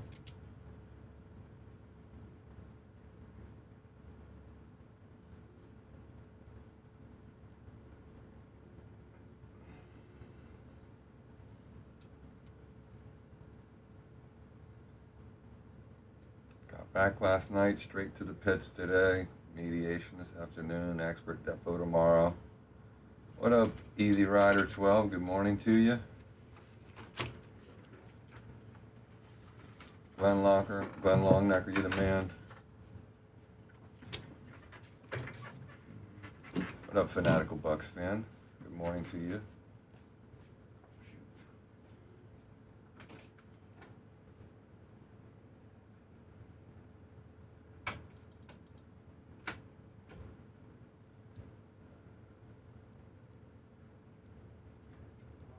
What up, Ziggy?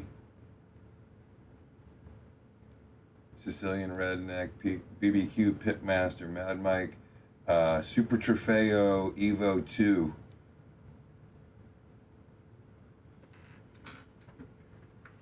I think, you can call a non-emergent, I believe, HS Bubba fan, depending on where your locality is, I think you can call a non-emergent anonymous call. What up, Johnny K? Steel Slinger, good to see you too. Brooke McGroin, morning.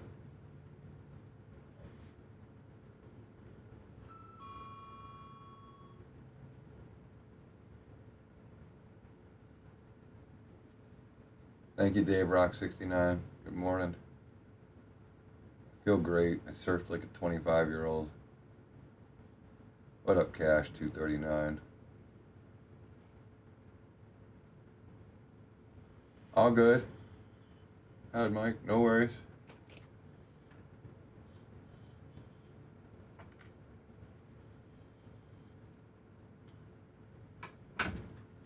What up, David J5 UP4D? David J5 U4D. What up, LM Close 900?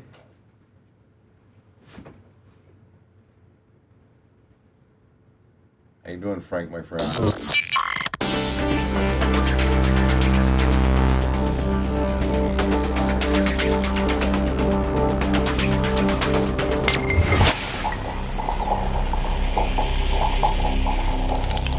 the Bubba the Love Sponge Show. It's the Bubba the Love Sponge Show.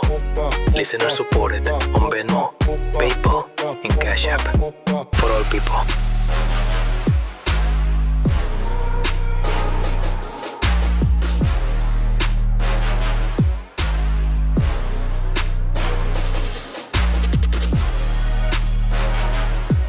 We were talking about how Jim Ross had gone on either a podcast or his own, and had stated that Jim Ross on SummerSlam's low ticket sales, WWE just doesn't have any one wrestler that's white hot.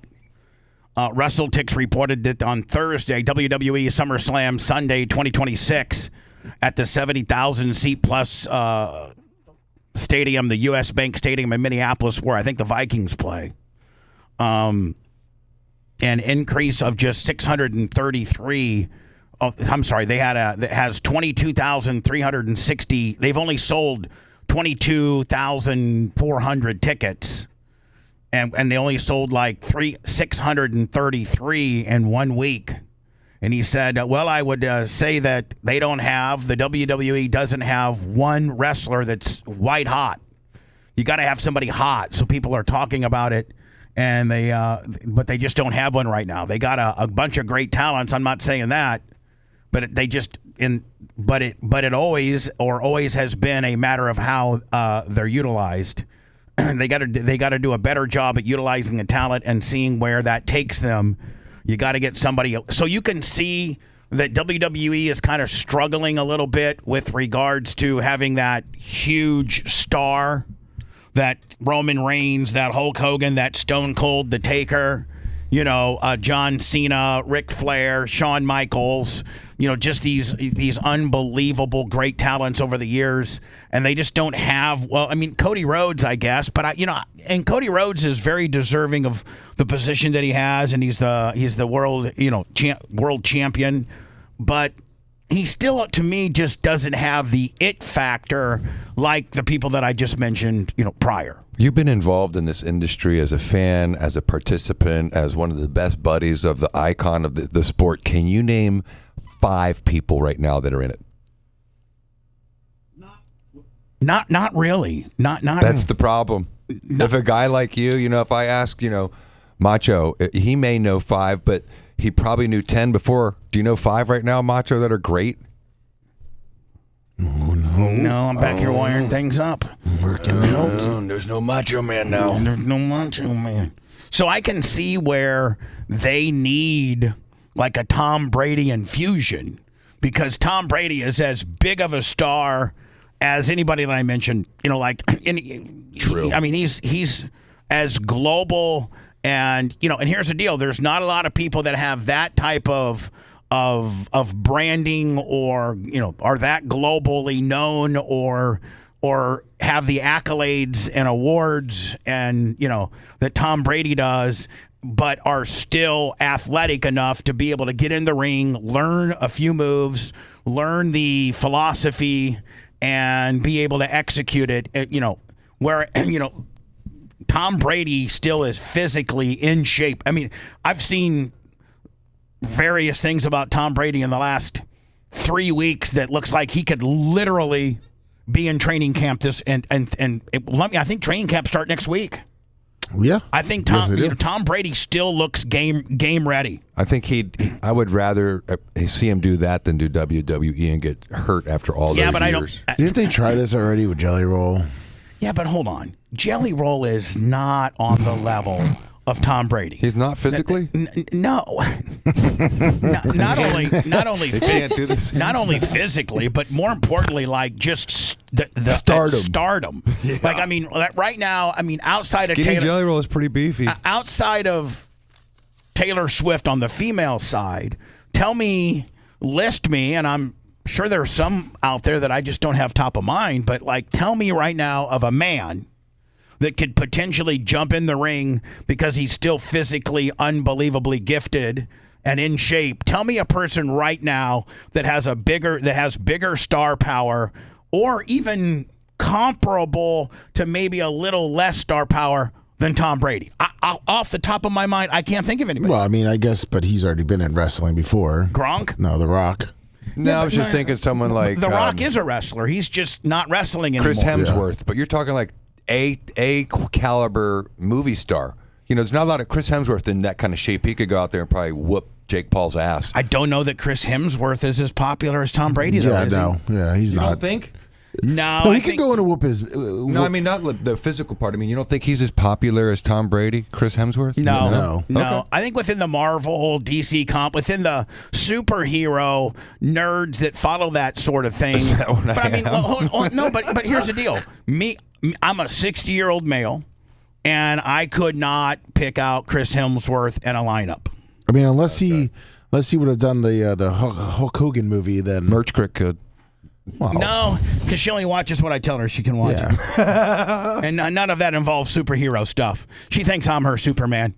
So, I don't know if it, there might be maybe Messi or Cristiano Ronaldo. I mean, I don't think those guys are messing with wrestling. AI interview said that Chris Hemsworth holds a significant larger global social media following and broader international pop culture footprint than Tom Brady. Oh, okay. But I would have never thought that. Well, you did. Except that I said you did think that, and so you said it, and you were correct.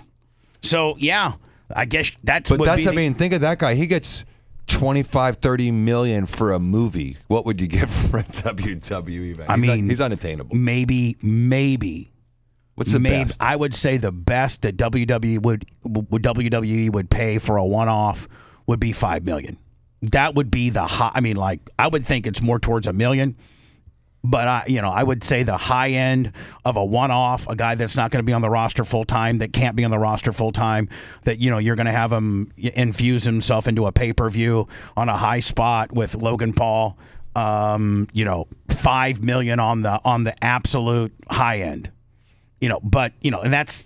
I got something though, summary that kind of supports what you said, Bubba, because you're always right. No, I'm not. It says if measuring Raw global reach on the social media metrics, Chris Hemsworth wins. If measuring cultural ubiquity and domestic Q ratings within the United States, Tom Brady operates on a comparable, if not superior level. There you go. And look at just the size disparagement. Look, I know Tom Brady's 6'4" all day, maybe 6'5", but 6'4", 240, 230. What's Chris Hemsworth? Straight up jacked. Yeah. Proportioned. When Tom Brady took his pads off for the first time, I saw him without his pads on. I'm like, man, what the hell? He's like a string bean. Yeah, he's gotten bigger and he more, needs to wear his pads more out in bulkier. public. He'll get more chicks. He's a 6'3".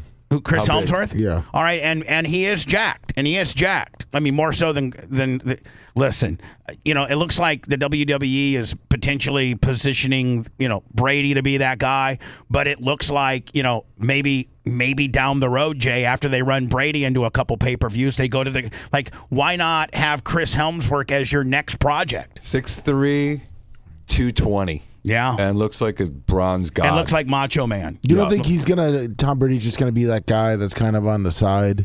I think Tom Brady is gonna come. Here's what's gonna happen. Logan Paul is gonna win whoever he wrestles in a dirty kind of DQ. The guy, the referee gets distracted and Logan Paul does something dirty that's not cool.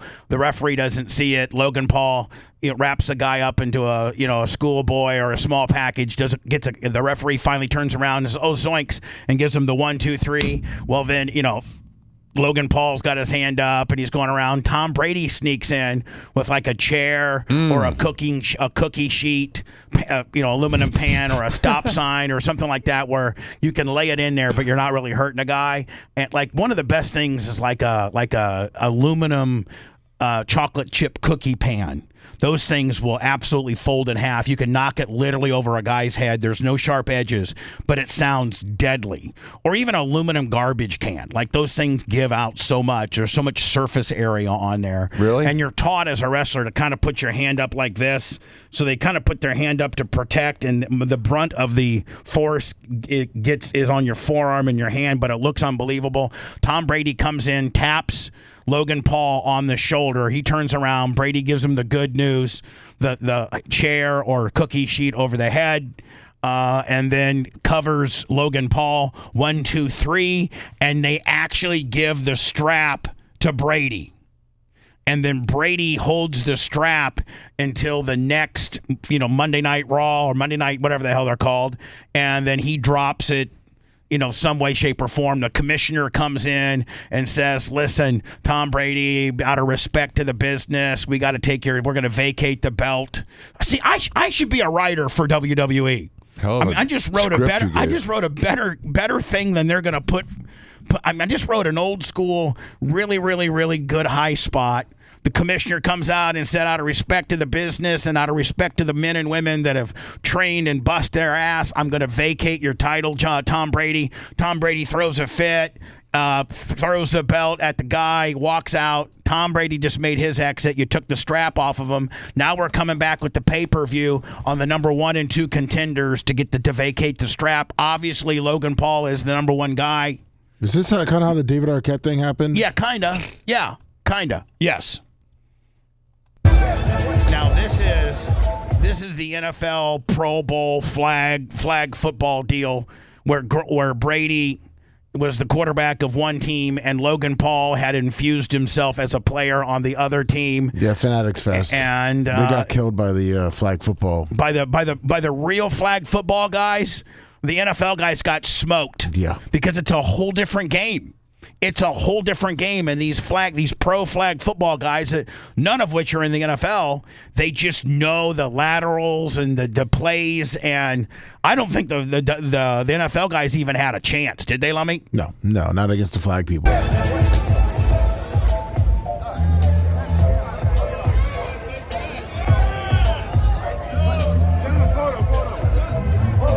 Now, see, that's... If you look at him, he uses the palm of his hand to his ear. Watch, hold on. See, it's not even a bitch slap across the face. It's more of a palm to the ear gimmick. That's a guy that doesn't know how to work. Go back right before it, Bubba. He's got it like literally sitting on his hand before he does it. That's what I'm saying. He's already setting it up. He's telegraphed it. He's preparing so it. Look at this hand. See this hand right here? No, the other one, the one right one. It's in his pocket. Watch his pocket right there. Boom. Yeah, Tom. No, but what I'm saying is right. I think Logan giving him. You're right. Tom starts. Watch it. That's his hand. That's the position he hits him in, perfectly flat like that. Yeah, this was like not how a he practiced it. This wasn't a spontaneous. This wasn't a spontaneous. What you just said pissed me off, and I spontaneously am going to hit you. This is an orchestrated. After you've gone 10 seconds of Logan Paul pissing you off, put your hand. Slap him. And they probably wanted to be more of a bitch slap and less of a head chop. Right. This is a head chop. Ready? Boom.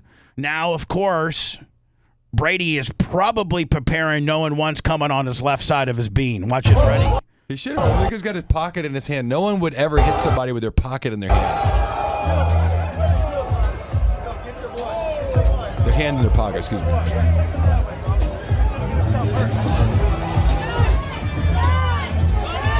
So that's the setup, and then this is Tom Brady and Logan Paul just happened to strategically be out of the MetLife Stadium. There's 90,000 seats there, and Logan Paul and Tom Brady just happened to be one section from each other. Of course. And then they start flipping each other off, because there's bad blood, and I think this is the beginning of the beef that's going to set Brady making a cameo within the WWE, because just like Jim Ross says, they've only sold 22,400 tickets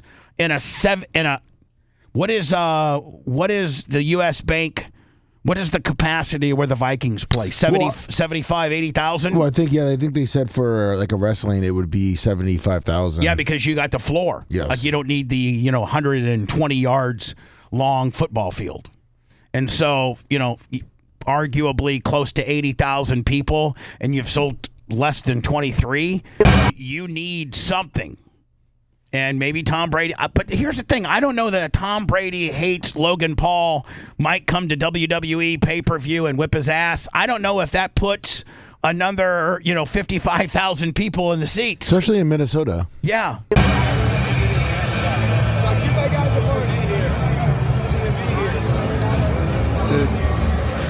No one would disrespect Tom Brady like that in real life. You know what I mean? It's this Tom Brady, dude. You bow to him, Jake Paul. Oh, he shouldn't be here. I don't know where they're. I don't know where they're going with this. I really don't. To me, it looks somewhat desperate. I really, really respect both. I think Logan Paul has really, really carved out a really good niche in WWE. He was an outsider that came in, and a lot of people, thought he would never be able to be as good of a worker. He's actually a hell of a hand. He's a hell of a worker. He really transcended into becoming a hell of a performer within the WWE. He really is. He's good. I don't like this rinky-dink, David Arquette, Karl Malone, Dennis Rodman, all the various gimmicks that they did over the years. I don't know if I like that, but needless to say, they need some help. WWE, not Logan Paul, but WWE needs some help to sell some tickets because they're in trouble. Well, plus Logan Paul is out for 6 more months with a torn tricep.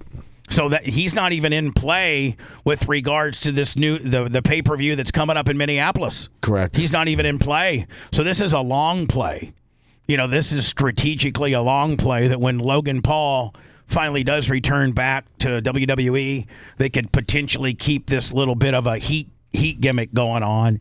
And then, so this is probably at best, 6 months to a year to even shooting an angle with those two, right? Paul's trying to say that he's ready to come back, but I mean, he tore his tricep in May, and they say it's about a 6-month injury. So, who knows? This, Jay, I don't know if this would be a Daddy Joe type deal or not. I think it kind of would be, because Daddy Joe didn't put up with any nonsense. Like, he was stiff when it came to stadium and watching a professional event protocol.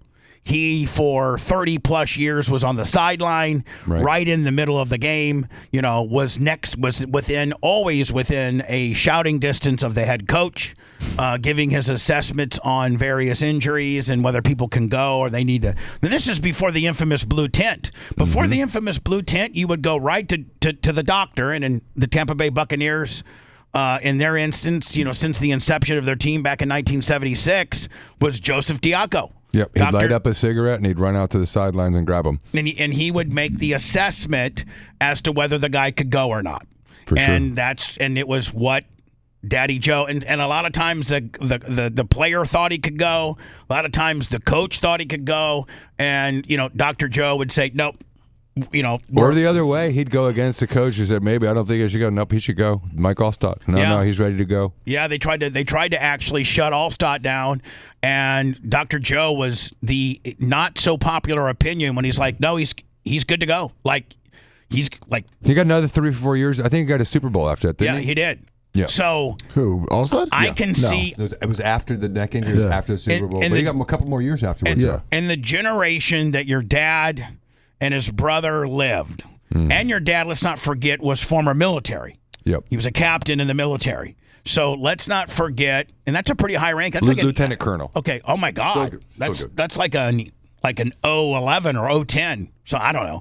I'm sure I'll get the people that'll correct me on that. But a lieutenant colonel, to my understanding, is pretty high up. Yeah. Flight surgeon, Lieutenant Colonel. He and his brother. So if you're standing at a ball game, and this happens to be a Chicago Cubs ball game, and you're a little punk-ass bitch that doesn't stand up for the national anthem, no, I can see where Daddy Joe would smack the guy on the back of the head, knowing that he's not going to hurt him. He's a doctor for all means. He understands the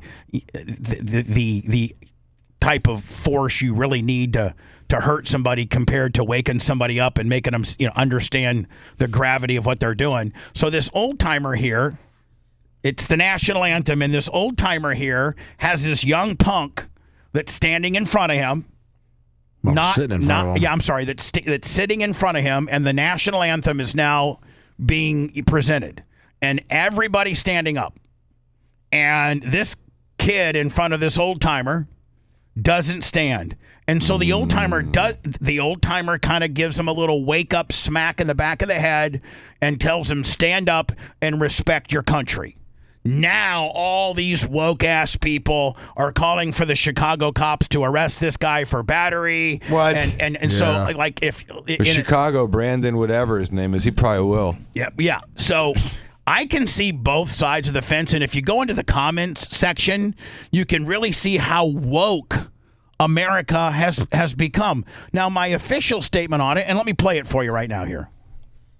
I haven't seen this. Well, you're going to agree with me that here's where I stand, Jay.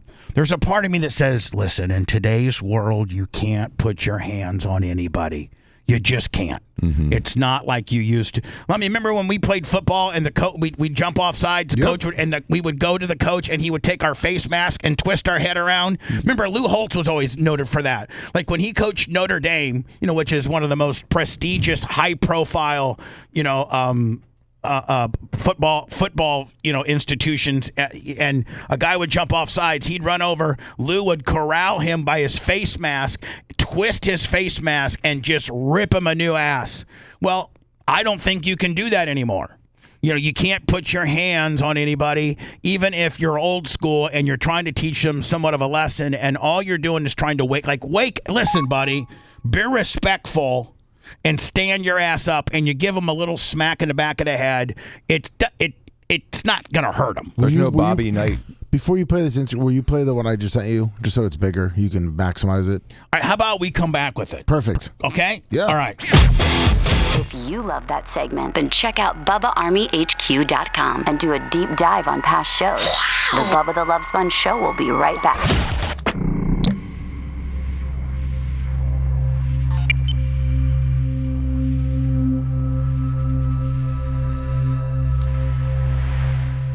Throw panties at him once. I don't know if he did. I got the same. This is the same one. I know, but you can make it big though. Oh, okay. You can maximize it. I understand. Thank you. But I need the. Can you send me the article where the comments are? I missed it.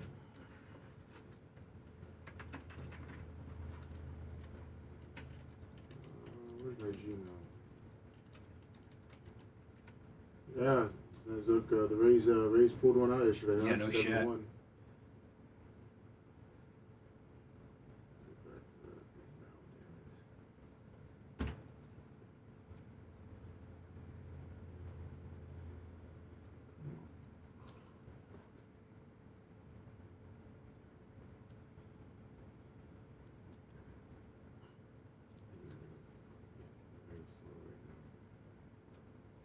What's up, Johnny K?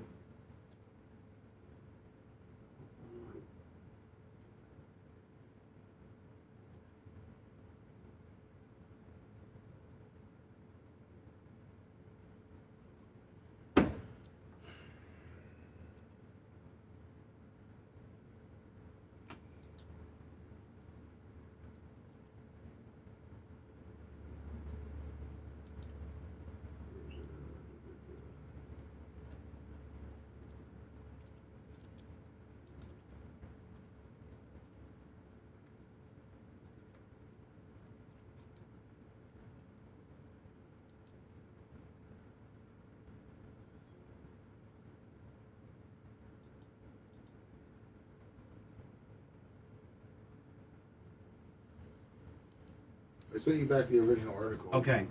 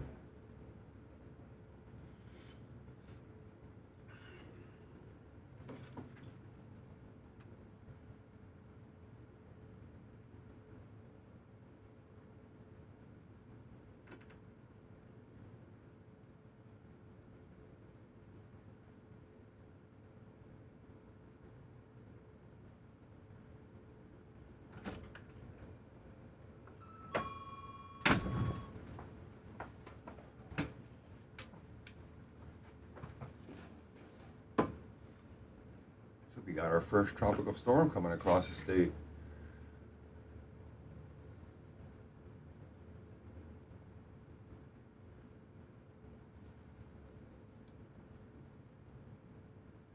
I think it's moving away. Yeah, away from us, but it's going to hit like maybe the Panhandle area, Houston, Texas, somewhere around there.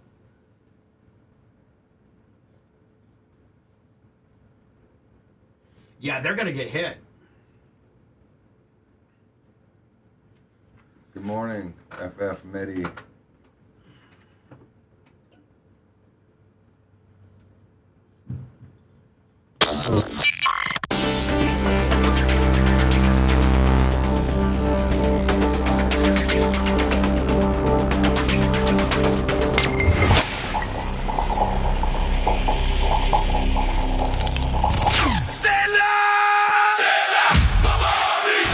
Sunbelt Rental, Beards Equipment, Big Frog Transport, Mike's Lawnmower, your official Skag dealer, Advanced Tire, and Rent Pro bring you the annual David Mills Open. 2 classes of late models, 602s and 604s, including the return of Tyler Clem doing double duty in both classes. In the 604s, see Tyler Clem, Garrett Stewart, Jason Garver all battle it out. In the 602s, again Clem with Austin Lehman and Brandon Yates. V8 Thunderstocks, can Patrick Thomas hold off Michael Hart Sr.? There's only a point difference. Street Stocks, Seth Gary, can he hold off Jason Gamble? Gladiators, Wayne Kissam, 1 point ahead of Bailey Kite and those infamous Crown Vics. Tyler Landis holding on to a 1 point lead over David Starner. Junior Crown Vics as well. Come watch 7 classes of racing on the 3/8 high bank D-shaped oval, better known as the Darlington of Dirt. It all happens this Saturday night. Pits open at 4, gates at 5, hot laps at 6, and we're racing at 7 o'clock sharp. More information, OcalaSpeedwayPark.com or our Facebook page. Back to Bubba. It's the Bubba the Love Sponge Show. Listener supported at The Bubba Army on Venmo, PayPal, or Cash App. Bubba the Love Sponge Show.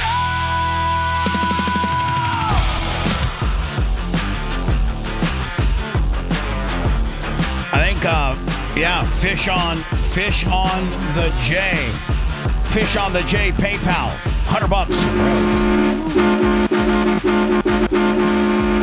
Fish on the J. Thank you, my friend. PayPal, Cash App, Venmo at the Bubba Army. And yes, we've been rained out the last 2 attempts that Tom Bean and I have tried to have a race at Ocala Speedway. It's looking like the weather might hold out for us as that tropical storm system seems to be headed west. And the Panhandle and Alabama, Mississippi, maybe even into Texas, Louisiana. I don't know where they're expecting it to make landfall, but I think it's intensified a little bit. And what was initially going to be potentially, if the prevailing upper trough steered it, I think there was a point where it was either going to go into Florida and create an unbelievable amount of rain, which, by the way, we've gotten an unbelievable amount of rain at the track. I think it was even raining yesterday at the track. I'm going up tomorrow. The minute the show ends, I'm going up tomorrow to try to get a rough grade until on the deal. I'm going to open the track up, and if we can get sunshine Wednesday and Thursday, it's supposed to be dry for the weekend. If I can get sunshine, tomorrow and Thursday, there's a chance, or I think there's a really good chance that we will race this coming Saturday night for the first time. And I don't even know the last time we got a race in because it's been, it gets dry, and then the bottom falls out like on Thursday, and we've not been able to get a race in. So we got a big race scheduled this coming Saturday night. My son, Tyler, is driving in both the 602 and 604 late model divisions. It's the David Mills Open. David Mills is this guy that's been at the track for 30-plus years. He's mentally a slow adult, and he cleans the bathrooms, and we give him some menial tasks. But he's been a mainstay at that place for 30-plus years. So we have a race to honor him every year. And he goes out and he's got his little, and we call him the general manager of the track. He's really important. Mm-hmm. And he goes out and makes the trophy presentation, and it's really kind of a cool deal. So hopefully if you have an opportunity, come out to Ocala Speedway this Saturday night and catch, if you've never been to a dirt race, I think you'll be surprised and you'll really, really, really like it. I loved it, man. And you put me in the car with Tiz, and holy crap, Yeah. man, that was the scariest The thing. scariest is going into the corner. Is this thing going to turn? I guess this thing going to turn because we're going to hit the wall. I trusted in him, and I've been in a car a few times. Before then, I'd only been in a car a few times with the pro driver, so I was, not quite as comfortable as I am now, but I'm not a great passenger. But that's a whole different thing than going around like, a street circuit. When he's turning right to go left and the back end of your car feels like it's going to, like, skim the wall. It's unbelievable, man. I wish we still had that two-seater. I sold it. It was so much fun. But, so anyway, this is the Chicago Cub excursion. That's an old-timer. And I really can see both ends of the spectrum. In today's woke-ass world, you can't put your hands on anybody. And unfortunately, this old-timer's probably going to get sued or trumped up on, some criminal deal, maybe a civil situation. And technically, he did put his hands on somebody. Is it a misdemeanor pretrial intervention? Yeah, here it is. So you haven't seen it yet, Jay. No, I haven't seen it.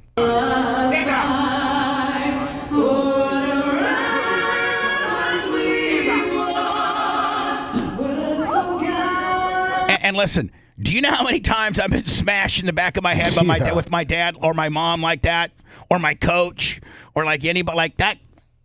This is going to be a problem.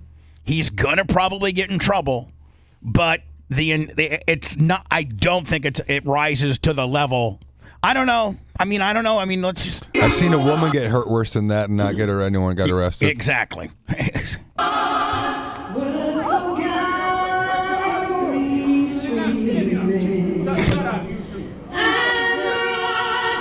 And here's the thing. Like, these two dudes are now yelling at Grandpa. Like, what the hell? What are you doing? I don't know what I do if I'm one of these two dudes. And do I shut up and mind my own business? Do I tell the kid, listen, you should stand up, be respectful to the country? Or do I tell old timer, hey, bud, you can't put your hands on people like that? You probably would have done both. Well, guess what? The kid stood up, so that's all that really matters. That's exactly.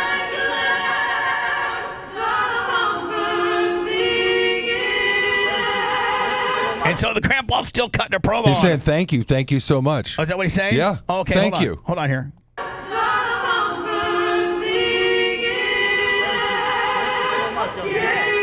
Thank you. Thank you so much.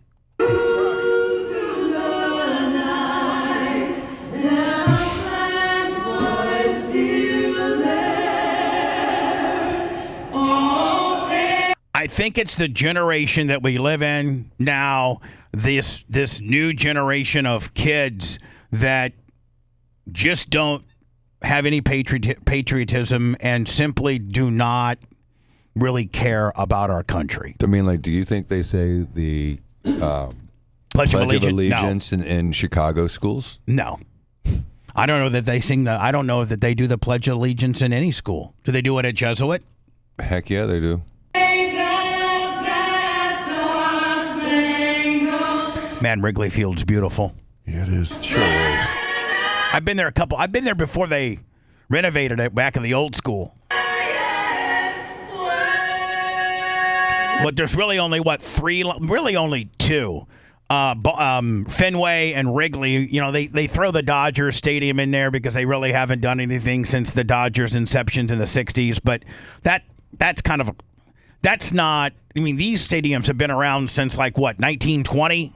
1900s, early 1900s. Yeah, Fenway and Wrigley, I think, is all they have left. Yeah, 1912 and 14.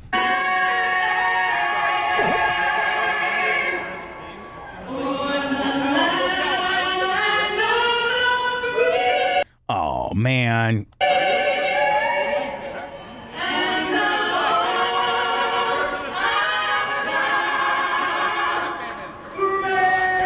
It was kind of like, Lummy, and I'm not trying to make this about me, but remember when we were at the fallen police officer of Polk County's funeral? Yeah. Young kid, 23, 24 years old, had died while him and his superior were going to a domestic violence call, and a friendly fire bullet went through the paper-thin walling of a trailer and hit the guy, the deputy outside that was strategically positioning himself in case somebody ran out the back door.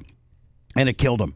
It was quite tragic. It was absolutely horrible. And we're sitting there in this huge church in Lakeland.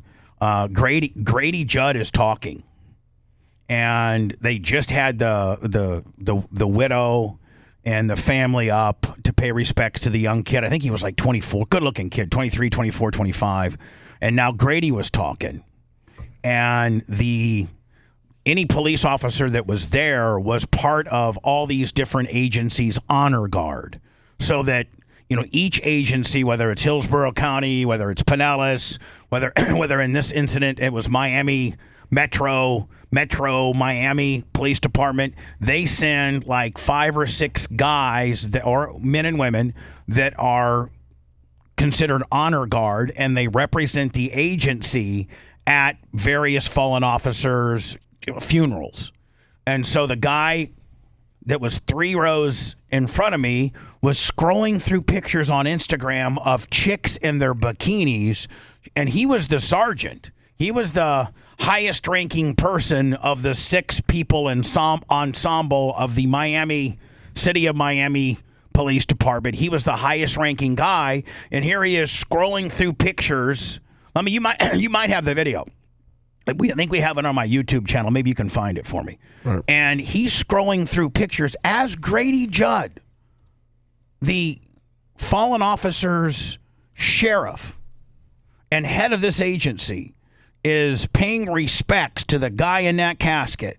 And there were probably no less than 1,500 police officers in uniform representing various agencies. The Miami Police Department and their 6-person honor guard was in front of me, and the sergeant of the honor guard is showing pictures of girls in bikinis to the guy beside him while Grady Judd is talking, paying homage. The importance of supporting his family. And had I slapped the guy, I would be in jail because he's a police officer. A couple of cops in there. Yeah, he might got a little pounding on too. But I went. Beating. Maybe the old timer should have just tapped the guy on the shoulder and said, "Can you please stand up, bud? Yeah. Can you please pay respects to our country?" And so this is the event, and I knew not to put my hands on him because you got 1,500 cops. Although I don't know if any of those cops would have arrested me or have thought that I was in the wrong when I quietly and not making a disturbance or being disruptive went down and told him, "Quit scrolling on your Instagram. Have your phone in your pocket," when Grady Judd, the sheriff and supervisor of this fallen hero, is paying respects to this man. Another thin line, blue thin line. All these cops stick together and they love each other. And you are part of the honor guard of your agency, and you aren't even paying attention. Let alone you're showing bikini pictures during a fallen officer's funeral. There's a man inside that coffin that is dead, that is in the same profession as you, one of the most sacred professions ever. And our law enforcement officers today, Governor Ron DeSantis. Yeah, so Jay, Ron DeSantis is there. Grady, like everybody's there. Like every possible important person is there. Do you want to watch all 4 minutes, or do you want to? Yeah, where's the high spot? 435, 440. All right, but does it? But I want to show. I want to just show what he's showing the guy. And the two of them, look, they're dudes. Yeah, what? Yeah, so Jay, just to prove that I'm not making stuff up, just to prove that I'm not making, the guy was looking at his phone, not paying attention. So here's Grady. And here's the picture of the fallen police officer. Hold on. And told Blank to stop. And so hold on. Here's the man in his coffin. Here are the 2 honor guards for Polk County, and every 3 or 4 minutes, they switch these guys out. It's a very ceremonial type deal where the guy will come down and he'll relieve them of their duty, and then 2 more go for like another 5 or 10 minutes, and then they constantly are switching out. So like this is the most formal, respectful, format of this hero who lies in this casket with an American flag draped over him. And as you can see, nobody is messing around on their phones. And Grady Judd's talking. And there's the young fallen police officer. I mean, Jay, look how young and just full of life this guy is. Breaks my heart. Blaine was his name. I just hope and pray Blaine isn't trying to handcuff Jesus. So look, this guy here is showing pictures of him and another dude at the beach with no shirts on. After being hired, Blaine managed to score a Dodge Charger, his dream car. One night he called his dad and asked, "Dad, I'm up at your house. Where's the outside?" Hold on. He said, "I can't drive a dirty patrol car." Well, in the meantime, Blaine's dad arrived home, and the two of them washed the car by flashlight. Now, Jay, I don't know how more disrespectful you can be. Now, if you're just Joe P. Citizen, which I was, I'm still held to a higher standard than that. But if you really, really drill down deep as to what this guy was, he was the head of the honor guard for the Miami City Police Department. Like, you are held to a higher decorum with regards to paying respects to that hero inside that casket, more so than I am. No doubt. You remember when we attended Jimmy Clevis's wedding together and you sat behind me? Yeah. If you saw me scrolling on the phone, I reserve the right for you to smack me in the back of the head. Well, and I wouldn't have done that. But you know what I mean? That's I would have gone and told Jimmy, and he would have killed you. No, you would have probably given me a Spock squeeze on my collarbone and been like, and that would have been over. Or better yet, let me give you another example that I don't mean to bring up, but might bring you sad. During your father's ceremony, where Chad Chronister provide, Don Hess and the motorcycle cops donated their time to give your dad the hero procession that he deserved. And Jay actually felt bad. He's like, "Hey, Chad, like, tell me what that detail costs, because I don't want and it's like, listen, every one of the motorcycle cops at one time or another escorted your father into the stadium, and they all donated their time." They did. They didn't. This didn't cost the city or the county anything. Don Hess and all the motorcycle patrol donated their time to pay respects to your family. What if something, Jay? What if some wise guy is up there while Dan? I think Dan was kind of one of the major talkers. Dan really, really, really did well. I think he had the most time, and he nailed it. Dan nailed it. Yep. But what if Dan was paying respects to your dad, and you got somebody that is a police officer or whoever that's scrolling through Instagram beach pictures of him and his buddy? Would you not walk up to him and say, "Hey, what in the hell are you doing?" Of course I would. And what was remarkable was when we went to the funeral home before the procession, they had all the sheriff's officers in a room. Not one person had their phone on.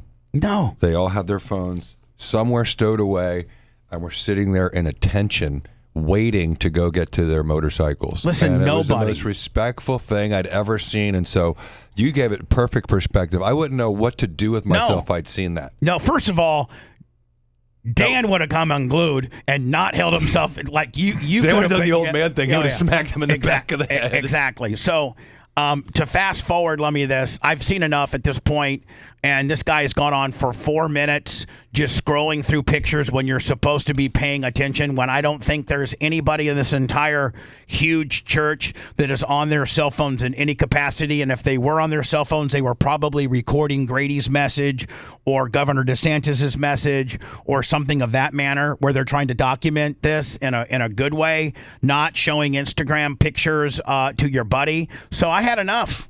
So I waddled my fat ass down there and I told him. And I got to tell you something, man. After this was all done, 4 or 5 sheriffs and police agencies that were behind me and beside me thanked me. Said, I can't we all saw this, but we couldn't, as fellow police officers, necessarily do what you did because he's not in our agency, and that could be, kind of an issue of you calling out another cop. But listen, Johnny P. Citizen, I can call you out all day, and here's what I did. So this guy thanked me. I love you, Bubba. And so here I am. Hold on.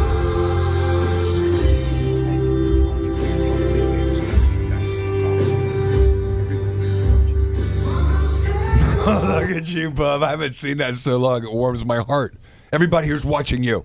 Have some respect. And I waited, it's Jay. Unbelievable. And I waited, Jay, it started to the music program because at that point everybody was seated at I didn't interrupt. You didn't disrupt anything. I didn't disrupt Grady. I didn't disrupt the family members that were speaking about their fallen hero. I didn't disrupt the governor. This was like a 3-minute little song while they were interchanging what they were going to do. And I went down there and I said, everybody's looking at you. And I said, there's a fallen hero in that casket. And you're on your phone.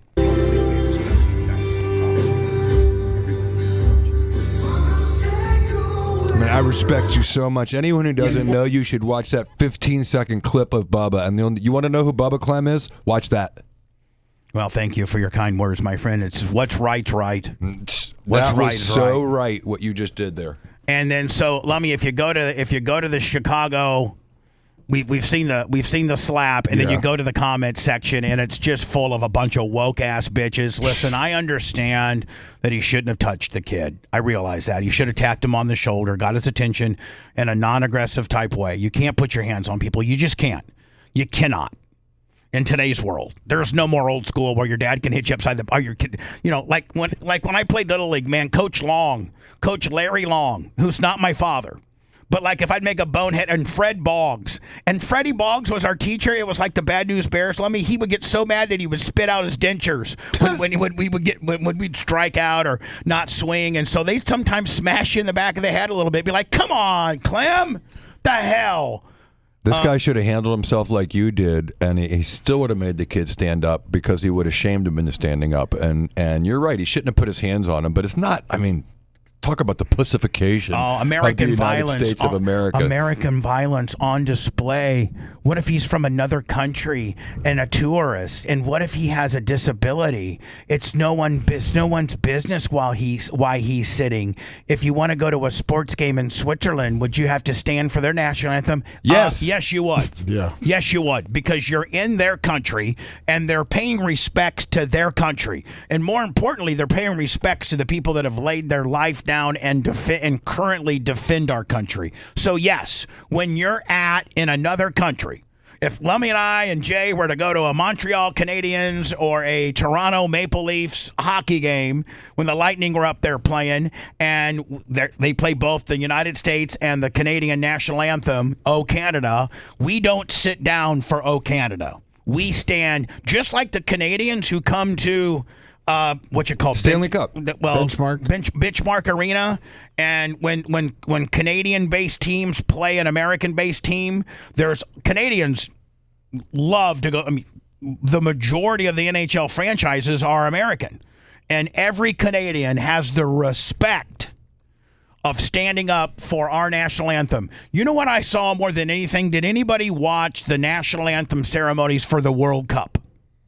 No, I was in the pool at the surf ranch. Can you find me where they played Argentina's national anthem, and the Argentina players were absolutely singing at the top of their lungs. I love it. On how much they love their country.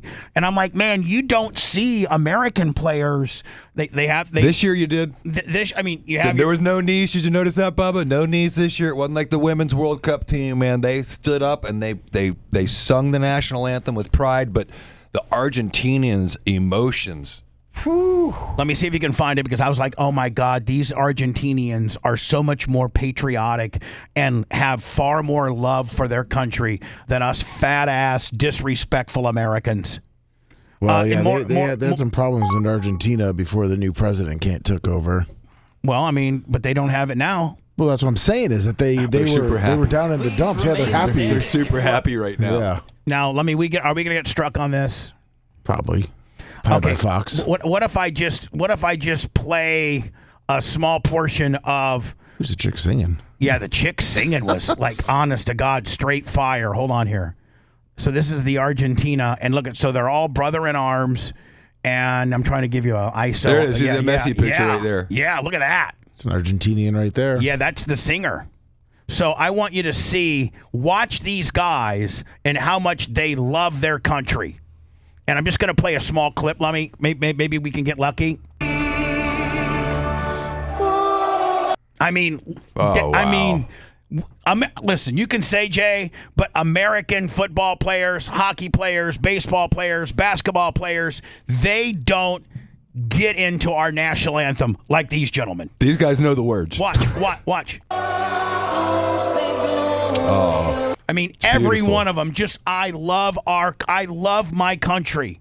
I love the opportunity that I am here representing my country. I know every word of this national anthem, and I'm going to belt it out at the absolute highest level I have. I may be a horrible singer, but I'm going to... Look, I mean... Like, we don't sing like that here because we're a bunch of fat, lazy snobs that want to make excuses. It's much more respectful to sit quietly during the national anthem than it is to be fighting with people during it. The old man was the problem. I don't think that guy should have given into this bully. I'll decide if I want to stand or sit, not your problem. It's just like ridiculous. You know, if I was to make a comment and post it, I'd be like, I understand where the old timer comes from. I can understand him being upset, and indeed, you should stand for our national anthem. Possibly, he should have alerted the guy in a non-physical way, but it's not right to sit for our national anthem. That's my official statement. Well, we don't know even like 10 seconds before the person started recording what happened if the old guy asked him nicely multiple times to stand up. Yeah. Yeah. I had an old guy try to fight me in line at the airport yesterday. Hold on, what? Yeah. What for? What for cutting? Yes, it's his perception, but it was for following instructions.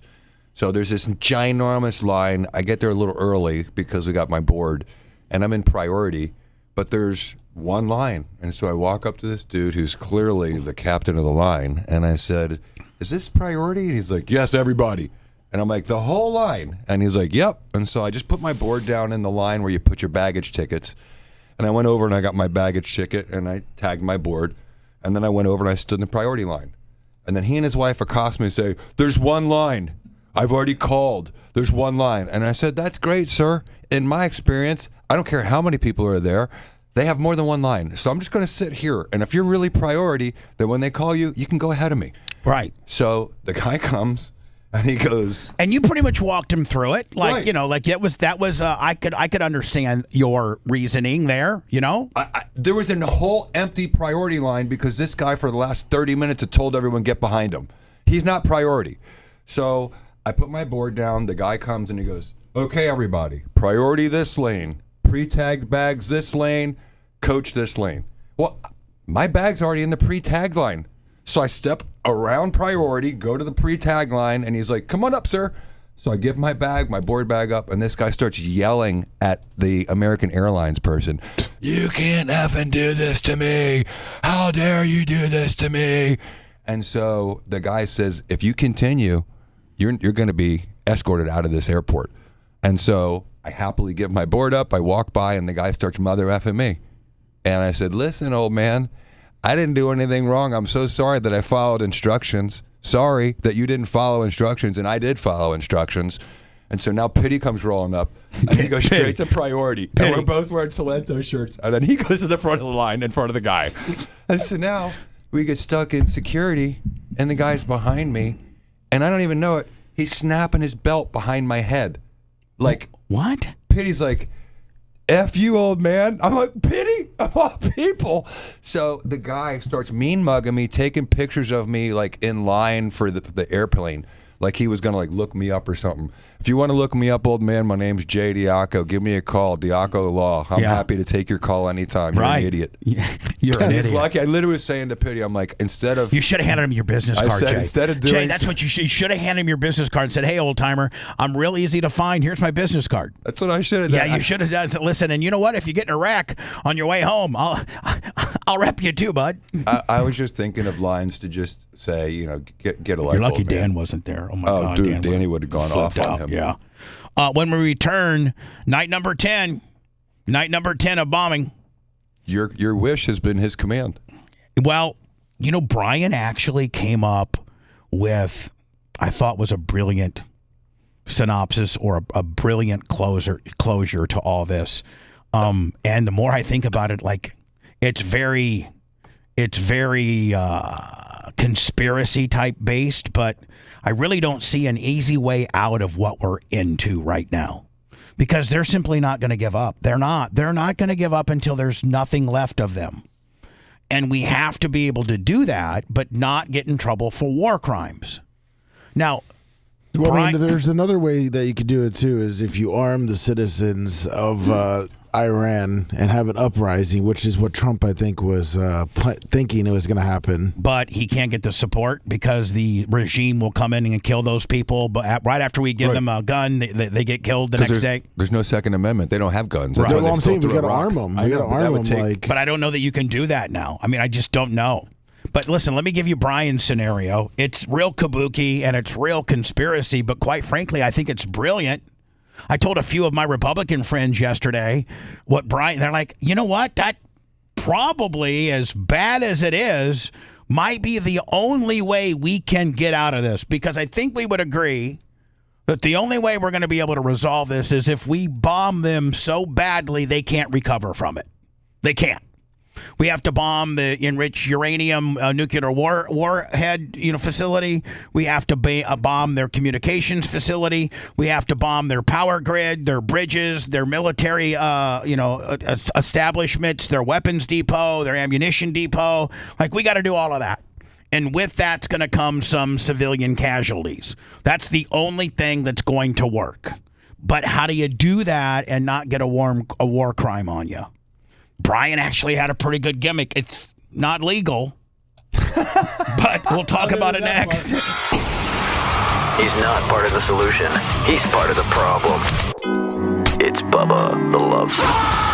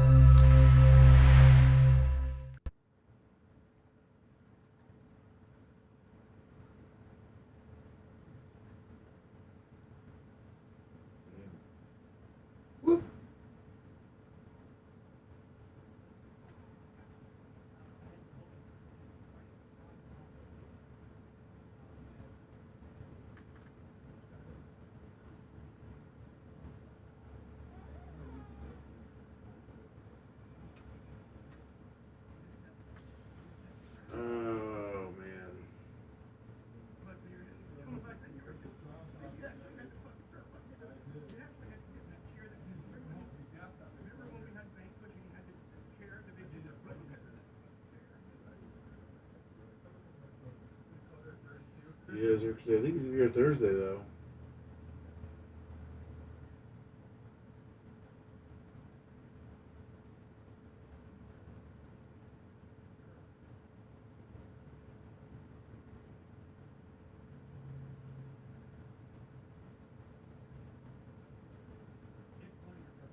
What's up, Poodle Ballin'? Oh!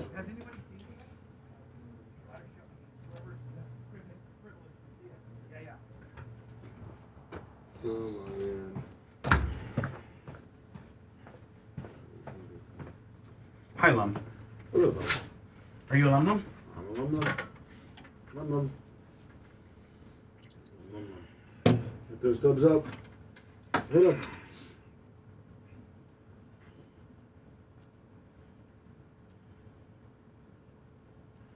Let's see. Blind spot experience in the morning. Said he did with a bunch. first segment kind of laid it out there.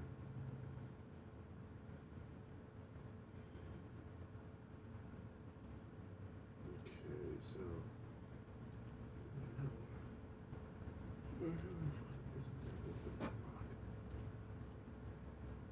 Morning.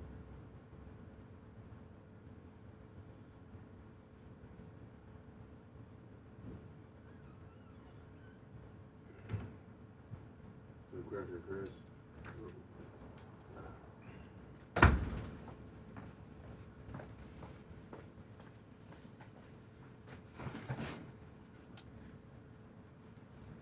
All right, we got 270 left.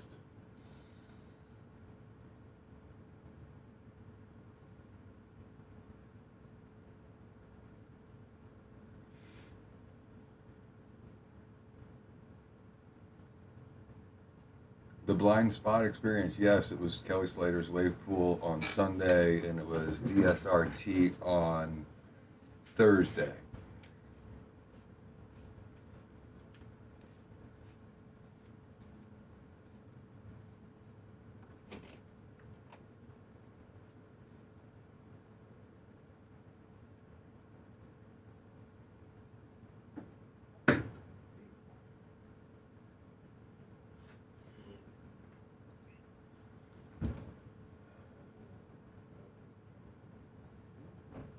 Moan and Jeff Schwartz, 8,900. What up, White Ice T? How you doing? I see you, J Law Bronco, Jonesy, G Funk Bass, or I don't guess you may use that bass. Yeah, it's for bass. Bass. I know that one. It's the same technology, the blind spot. It's just a little bigger than that one. Super fun. I could surf it every week for years and years and years and be super happy and get better at surfing. So then, you know, we can probably get out too is you get the other European countries, since we already have all the Middle Eastern countries. They start participating.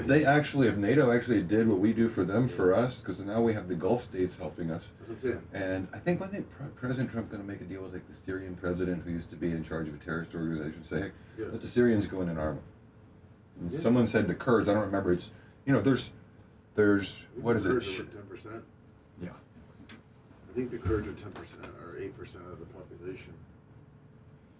Morning, Chris No, but, Cracker. Can you imagine if a couple of the UN put some of their boats in the shitty human It would work, huh? If maybe they did participate, since it's all their oil anyway. Shit, Mass. It's Mike from Mass. It's hot here. We have an official.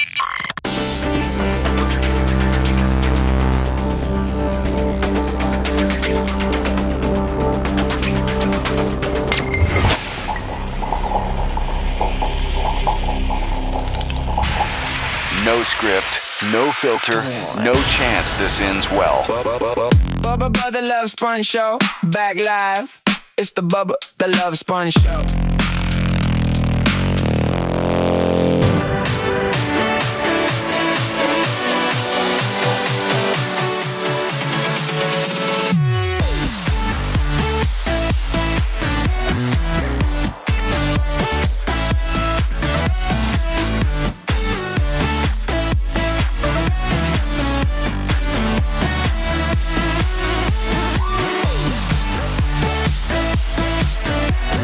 Spinning Cobra in here for all four, which I like.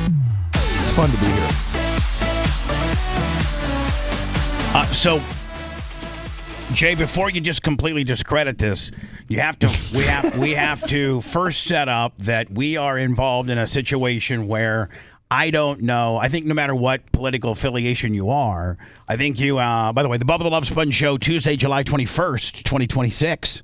It's only taken me 2.5 hours to finally say welcome to the show. So I think we all would agree, regardless of your political affiliation, that we're in a conundrum here. Like we're in a little bit of a conundrum. And, you know, regardless of whether we didn't have the proper intel before we started this, regardless of we didn't have potentially the right exit plan, regardless, we're having the baby. We're She's pregnant. Yeah, we're pregnant. And we're getting close to, and we live in a state that doesn't allow abortion, and we're going to have to make some travel arrangements to go to, like, Illinois or something like that as we're entering into the second trimester heavily. Yep. And we've got to figure something out, because I think it's very unhealthy for our country to be locked into this war with this country that's never going to ever comply with anything that we want. They're naturally martyrs. They're naturally irritants. They're naturally a bunch of dicks. There's, nobody's ever held them accountable. There's people in life that I know that have been able to lie their way through life, and there comes a point where you are finally held accountable, and it ends up usually not working out too well for you because you've been glad-handed for so long. Well, that's the same thing with Iran. Yep.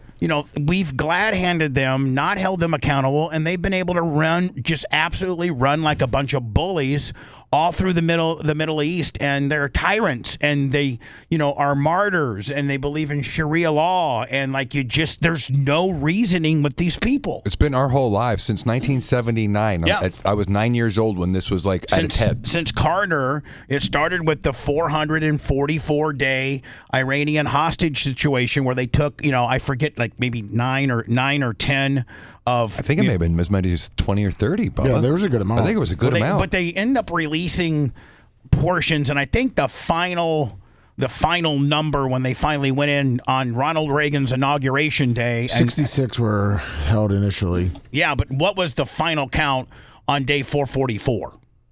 They left. You're right. They did do some. Yeah, they kept 52. They kept 52. Yeah. Okay. So they started in 1977-78, and for 444 days, which is a year and a few months, they kept up initially 60-some Americans that they had kidnapped from the U.S. Embassy, and they kept them as hostages. And all through the Carter administration, there was actually a failed attempt. A couple of helicopters went down, and some servicemen died in trying to save these people. And Ronald Reagan, after the November election in 1979, and he won. And he was going to be the next president on, inauguration days, usually somewhere. January 20th, 1998. Yeah. Excuse me, 1988. Excuse me. 1980 the first time. I apologize. 1979. Yep. So January 20th was inauguration day. And he had, now the Iranians, to Carter's credit, it's my understanding, I could be wrong, but Carter actually worked out the deal where we paid them millions and millions of dollars. And they were going to they'd finally come to an agreement to get our 50-some American hostages back home safely. Well, Ronald Reagan's administration, in that lame duck period between the November elections and the day that you put your hand on the Bible, January 20th, Ronald Reagan's new cabinet and administration had got a hold of Iran and said, hold them until Ronald Reagan's first day as president, so this looks like it's something that he did. And I think they upped the money. And Ronald Reagan got credit for it when really, and listen, I think Jimmy Carter was a complete ass bucket, so I'm not sticking up for Carter. But that's how crazy these people are. And so we've been in this struggle with them since the late 70s. And ever since then, man, they have been able to run, bully, and kill people, and throw gay people off the top of buildings, and kill people, and just terrorize the entire Middle East. And all presidents have been like, these guys, and maybe these presidents were a little ahead of their time, and they knew that we could not gracefully ever make these people behave. We just can't. They're that absolute brat of a kid who has bad parents and lets this kid turn into a bad adult that then potentially, does bad things all throughout their adulthood. And maybe in the latter part of their adulthood, they finally do something that gets them incarcerated. But I'm just saying, these people are impossible. So we're in on this thing, including our 10th night of bombing. I think this is, Trump orders airstrikes against Iran for the 10th straight night after vowing to avenge the death of U.S. soldiers. I think the count now is 17.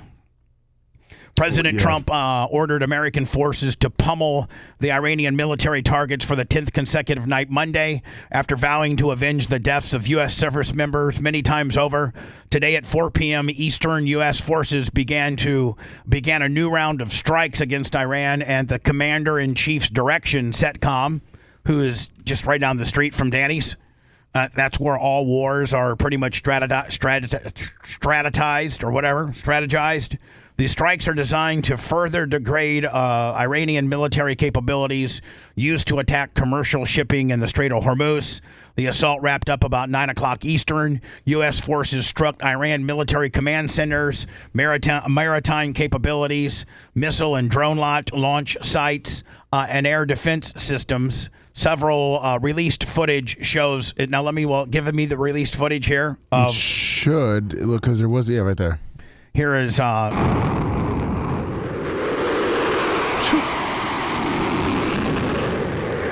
looks to be like a fighter jet that's got his afterburners on.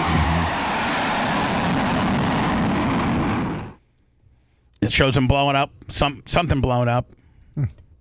Again, missile silos and things that were shooting drones and shooting missiles is what he's been doing. Yeah, but we need to do this for We've been saying this for 6 weeks. Yep. Remember when they were like, we've taken care of 85% of the munitions. We'll get for the rest of the 15. Yep. Now here is a report that talks about the 10th straight night of bombing, and then I'll tell Jay what Brian said, and I think that Brian might be onto something here, but now you can't do it because Brian said it. Other people are thinking it, and it's a really big conspiracy / scuttlebutt amongst, maybe liberal-leaning people. But I mean, for every conservative person that I spoke to yesterday, they're like, oh my God, yeah, that's what we need to do. Like, we need to do that. But I don't think you can do it now. I think it's too late. I can't wait to hear. Oh, yeah. This morning, the U.S. military carrying out more airstrikes against Iran. By the way, this is left channel only. It's not us, it's them. As 3 more American troops were killed over the weekend after Iran targeted a U.S. base in Jordan. 1 soldier is also still missing. Now, those drones that killed the soldiers, were those Ukrainian drones? Because, supposedly Ukraine has really worked on these inexpensive drones that are like $30,000 and $50,000, and we need to have we have to use one of our $1 million missiles to take these little drones out. And supposedly Ukraine is the one that's developed all this new, cheap, highly explosive drone technology. And if that's the case, wouldn't you get on the phone with Vladimir, whoever the hell that guy's name is, and say, listen, numbnuts, don't you be selling any drones to Iran? Oh, if Ukraine sold drones to Iran, I think the U.S. would have a major problem. I mean, I've been told I would think Trump would have a huge problem with that. I mean, will you research into that, Lummy? Are the drones that could be Russian? Maybe it's from the Russian war. Maybe it's from the Ukrainian war. But I can't imagine Ukraine would lose all of their support of NATO, and the United States support would be immediately withdrawn. The most recent death in northern Iraq. This video circulating online appears to show Iranian missiles hitting a military base in Jordan. Central Command also says a body found could be the missing third. Did you find it, Lummy? Is there anything out there? Are you still looking? Yeah, I don't think Ukraine's selling drones. Okay, all right. 18 Americans have now died from the Iran war. There are roughly 50,000 troops stationed in the region. We feel very badly, but those great people, those great patriots. By the way, this is now only in its right channel. We're out there fighting that Iran cannot have a nuclear weapon. President Trump speaking out. So then, you know what? Since that's what you're resting all your gimmicks on, Iran cannot have a nuclear weapon. Then let's just put all hands on deck, and absolutely bunker bust. I mean, not half-ass it like potentially we did last year when we didn't think we half-assed it, but it will later come find out that we didn't get it all. It looks like Ukraine's supplying other countries, and Russia has supplied Iran. All right, so Russia is the one that's given Iran maybe these potential low-cost drones that blow up. And I think I saw an article where the 2 service members died, went to go. They were actually inspecting this drone that hit somewhere on the base, and as they were inspecting it, it had like a double blow-up Willie gimmick on it, where after it blew up the first time, it could blow up a second time. And as they were inspecting the drone that blew up on the base, it blew up in their faces and killed them. After attending the World Cup finals, says the U.S. will continue its attacks to honor the fallen soldiers. Overnight, the U.S. hit a series of targets to weaken Iran's ability to control the Strait of Hormuz. All we got to do is I think we know where their nuclear enriched uranium is. I think we know that. Now we just go in and bomb it so that there's no question. Like, there's nothing that could survive this. And if you happen to have people and children and women gathered around your nuclear site, then that's on you, because we're telling you that we're bombing it today at 3 o'clock, which doesn't give you enough time to move any of that stuff out of there, and gives you plenty of time to get any type of, non-military people out of there. Yeah, but they're not going to get those people out of there. That's okay. They're going to as long as we can prove that we said get them out of there, then that's on them. I mean, other than what Brian said, which I know Jay's itching to hear it. Iran has retaliated each time, sending missiles to U.S. allies, targeting a desalination plant in Kuwait that supplies about 90% of the country's drinking water. Oh, we're gonna dehydrate them and get them parched. And setting off air raid sirens in Jordan. Are the Iranians getting information, targeting information, intelligence from another country? If they are, that would explain. By the way, I don't know who the hell this is, but man, they go from left channel to right channel to left channel. What a bunch of dicks. How they're getting very accurate yeah, in their ability to reach out and strike not only our base in Jordan, but say the desalination plant, power plant in Kuwait. Energy Secretary Chris Wright says President Trump will continue attacking until, quote, the mission is done. His focus is on degrading the Iranian ability to terrorize the world, to hold world commerce hostage as they are doing right now. A U.S. official tells ABC News more American warplanes are being sent to the Middle East, including fighter jets stationed in the UK and Germany. Karen Hua, ABC News, Washington. So here is, Jay, what Brian said. And because realistically, in order to make this thing be over, you got to give them the Nagasaki, Hiroshima type treatment, because they're just not going to respond to anything else. They're like cockroaches. If you don't kill them all and there's 1 or 2 still alive, they're going to reproduce. And every person over there, for the most part, there might be 5-10% of people that don't hate Americans and don't practice Sharia law. But for the most part, they are raised to hate our country and to hate us. So they genuinely hate us. And so everybody's been raised that way, and they're never going to give up. I mean, their religion rewards them for dying as a martyr. And so they're not afraid to die. We are. I'm afraid to die. Yeah. I mean, Jay, you'd be like, too. hey, Jay, there's going to be a bomb that hits Davis Island this week. Are you afraid? You're like, I'm out. But yeah, I'm afraid. I'm going to go to my Ocala property immediately. I'm out of here. If we took away their power at the Strait of Hormuz, it would make that's pretty much irrelevant, because the pipeline's supposed to be done in like 6 months. Wouldn't that almost cripple them? So yes, and so here's what the problem is. First of all, you can't nuke anybody.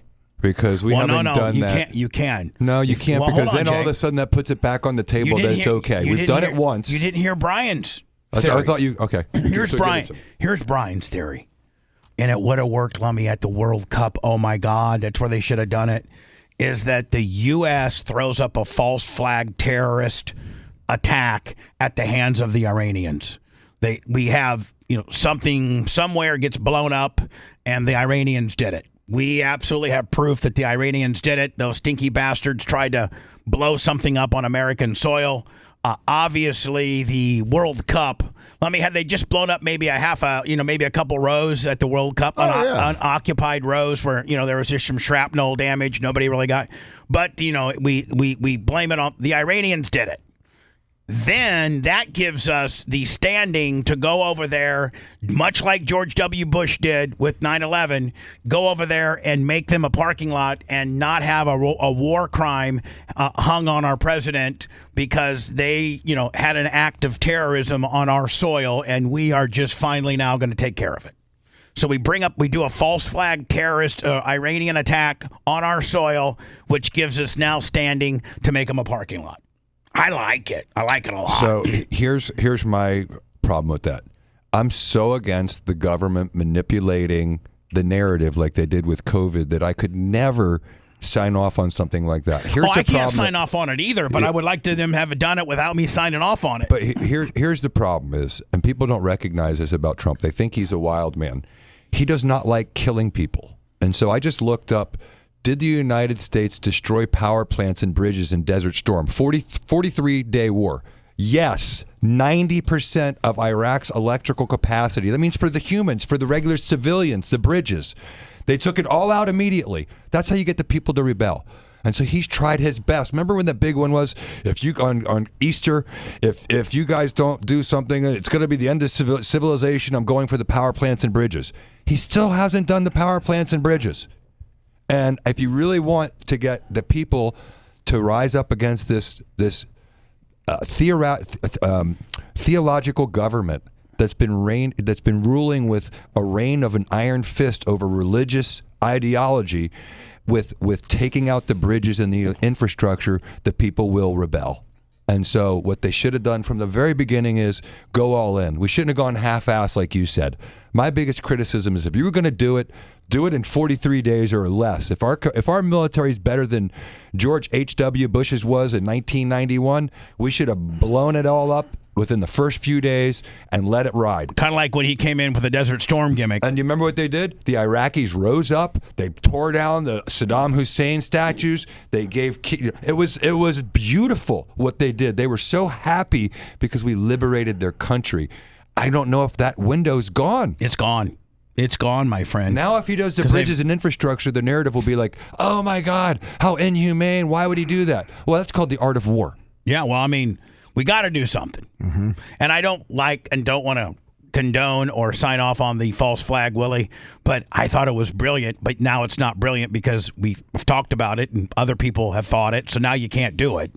And I would never sign off on that. But I just want some way where this will be over and we have some sort of saving face and get two things done. One, control the Strait of Hormuz so they cannot use that as a negotiation tactic when they never did before. And then two, just bomb their nuclear facilities to the point of like there's no chance anything that's 80 or 100 feet below could have survived it. And be done. Like, listen, we took out their nuclear capabilities. We've set them back at least 15 years for them to even think about having it. And the Strait of Hormuz is open for the country, for the world. That's all you need. That's all you need. You know, like Lumley was saying, if NATO had just parked some of their ships, like if England and France and some of these other NATO countries that actually have powerful militaries would have helped control the Strait of Hormuz, Iran would have no bargaining power. Zero. And they haven't done that. No, just wait till the pipeline's done. That's right. Is that we're waiting for the pipeline? Yeah, it should be done like smart. January 2027. So when we return, I just don't understand why all these African-American women hate white people so bad. And you don't see it amongst influential African-American men. You know, it's kind of a black chick thing. They're the most, militant and most hatred, have so much hate in their heart with regards to white people. And if you were to reverse this, what if this was a white woman talking about black people? Oh my God, she'd be canceled. She'd be dragged through the streets socially and quartered. But it's okay for, and you see a lot of it. I just found two pieces a few days ago, and I just don't understand, like, why the hate. Like, I don't understand, and it could not be any other equation, and it doesn't seem to be African-American men. It seems to be women, from the Crockett chick in Texas to this woman right here. Representative Summer Lee demands for hospitals to hire more black doctors, even if they aren't qualified. She says the test scores don't test for somebody's empathy level. And she basically says, I will not let a white guy or a white doctor work on me. And then this chick is in the car, is melting down because the tire shop won't rotate her brakes. And what she doesn't realize is that you don't rotate brakes. You rotate tires. You replace brakes. You can't put the left rear brake on the right front brake. They're both going to... By the way, your fronts usually wear out a little quicker than your backs. That's the way a car's designed, with front calipers and sometimes back. Now, all sports cars and most cars have 4 calipers around, all 4 corners. But in some instances, they'll go calipers in the front and drum brakes in the back. Calipers are far more efficient, and you want to start with, you want to stop with your front. This chick goes on just an absolute tirade on this tire shop and starts getting racial and says because she's black, they won't rotate her brakes. Meanwhile, there is no such thing as a brake rotation. So I got that, and then I had this. Did you see the one guy that went into an advanced auto store? No. Yeah, and he, and I'm gonna have to play this.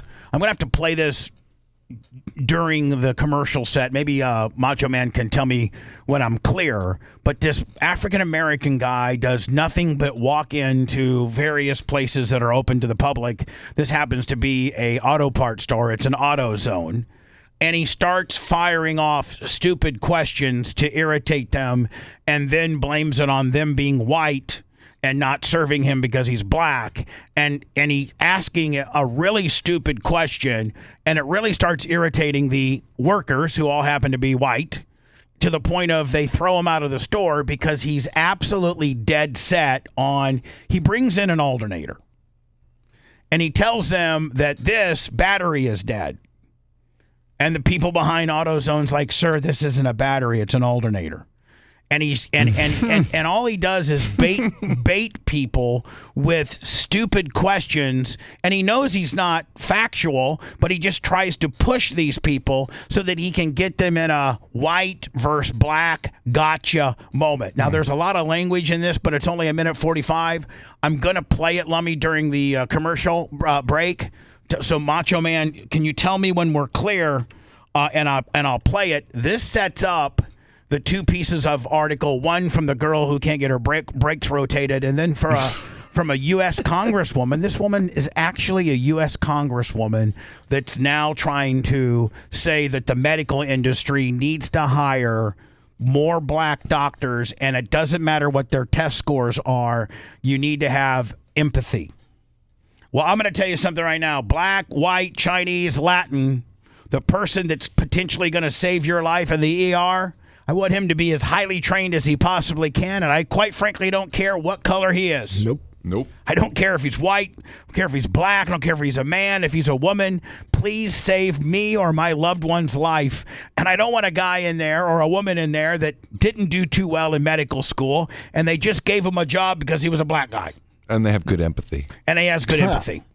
So when you see this next piece, Black Americans are now attempting to pressure AutoZone into firing every one of these employees in Ohio after a jobless African-American immigrant who creates content by harassing workers at blue-collar jobs walked into the store and began provoking them. And when you see this is going to piss you off, because the guy, the African-American content guy, he's on a mission to be disruptive. And finally, the white workers just can't take it anymore. They use some obscenities. They don't use any racial slurs or anything like that. But they basically tell them to get the out of the store. And I think you have the right to tell somebody to get the hell out of my store. Mm-hmm. I think you do. And they do. Because they're had it. You cannot talk to this guy. He keeps emphasizing that his stereo won't work because of this battery. And he's handing them an alternator. And they're like, sir, this is not a battery. It's an alternator. You need a new battery. No, I need a new one of these, sir. And it just goes on and on. So I'm going to play that next. Macho, tell me when we're clear. It's the Bubba the Love Sponge Show. The Bubba the Love Sponge Show. Hey, we'll be right back.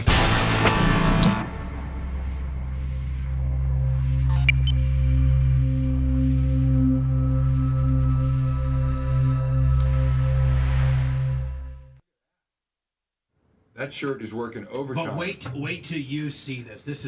This guy's trying to do a gotcha type deal. These things piss me off. Could you imagine doing that in Africa? An African immigrant comes to harass people here. If I did that in Africa, I'd get killed. Oh, well, if you did that in Chicago with a black store, you'd be killed. So Macho's going to tell me when we're clear. Yeah, they want to go after Nick Shirley for exposing fraud. You're good. Okay, watch this, Jay. All right. This battery is no good. That's an all-man battery. This is the battery for the car. I just want to fix the music in the car. What the fuck do you want to do with it? Ma'am, I want to fix the I want to fix the music in the car. This battery no Explain good. to me what the fuck this has to do with some music. This is an alternator. This has nothing to do with the radio in your car. This is an electrical issue going on. Ma'am, your ears no good. You no listen. You can explain it down to him right there. If you're gonna tell me that I don't fucking listen, you can go ahead and get the fuck out of the store. I'm not going to help you. The American's saying no. I can't help you. I told you this isn't related to the music. No, this is the battery. This is an alternator. This isn't a battery. American. This is an alternator. American. Your ears are not working. You no listen. Listen, okay? There you go. What kind of vehicle? American car. This go. What kind of fucking American car? There's 80 I can pull off that goddamn shelf. What vehicle is this going on? Ma'am, this American car, this go. When's your temporary protection up? You say? Here you go. Here's for an American car. The same. You know smart. You know how to work these stuff. I'm gonna reach over and smack the shit out of you. You are not touching me. These Americans are no smart. Okay. Yeah, so is GMC. Take the alternator. Get the fuck out. Get out. You can get the fuck out. You get out. Just Take the alternator. I'll trespass you. Go. I want to. I want to fix the battery. Aren't smart. You can get the fuck out of our store. Simple as that. If you can't tell us the car, we can't. Me try to say this. So this guy is just trying to be a fucking dick. Crap. I can't believe that's got 1.3 million views. Well, it's 1.3 million views because everybody can't believe how fucking stupid the guy is, and he's just sitting there trying to cause problems. Yeah, I don't know that I'd say get that. You know, I'm gonna beat your ass if you don't get the fuck out. I agree with you, Pappy Jasper. But funny, that's funny. I mean, I think you can say get the fuck out, or I'm gonna trespass you. That part was cool. That was all right. I think all of it's fine. I don't know if you can threaten. You know, get the fuck out, or I'm gonna kick your ass. Well, I may have heard that one before. Yeah. I think you can say it, but Isn't that a battery? When somebody fucking yokes Assault? you, I mean, now had one of these guys yoked them, that would have been different. I mean, right? Even been more egregious. yeah. I mean, it may not have been the best etiquette, but it was hilarious.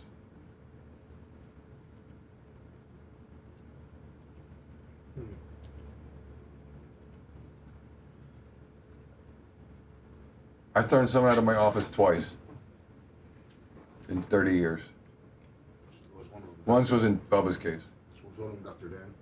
No, one of them was the guy that said, you know, something about I was an Italian with bad temper, and I said, well, you're a drunk Irishman. Get the fuck out of my office. Oh. I was like, what do you mean I have a tendency as an Italian? It was like very racial, unnecessary. Yeah, so just get the fuck out of here. And that's very out of place for me. Morning, Internet Fred.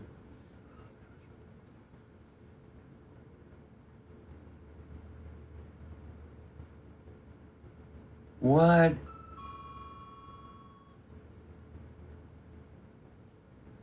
I agree, Jonesy.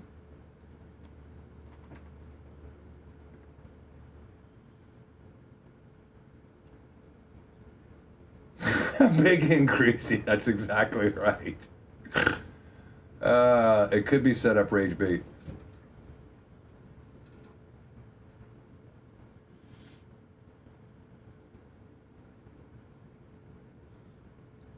Do you think that one was real or set up? Look more real than set up to me. No, I think it was real. No, it was. Because they're calling for him to be. And then the fired. content creator. I guess you're right.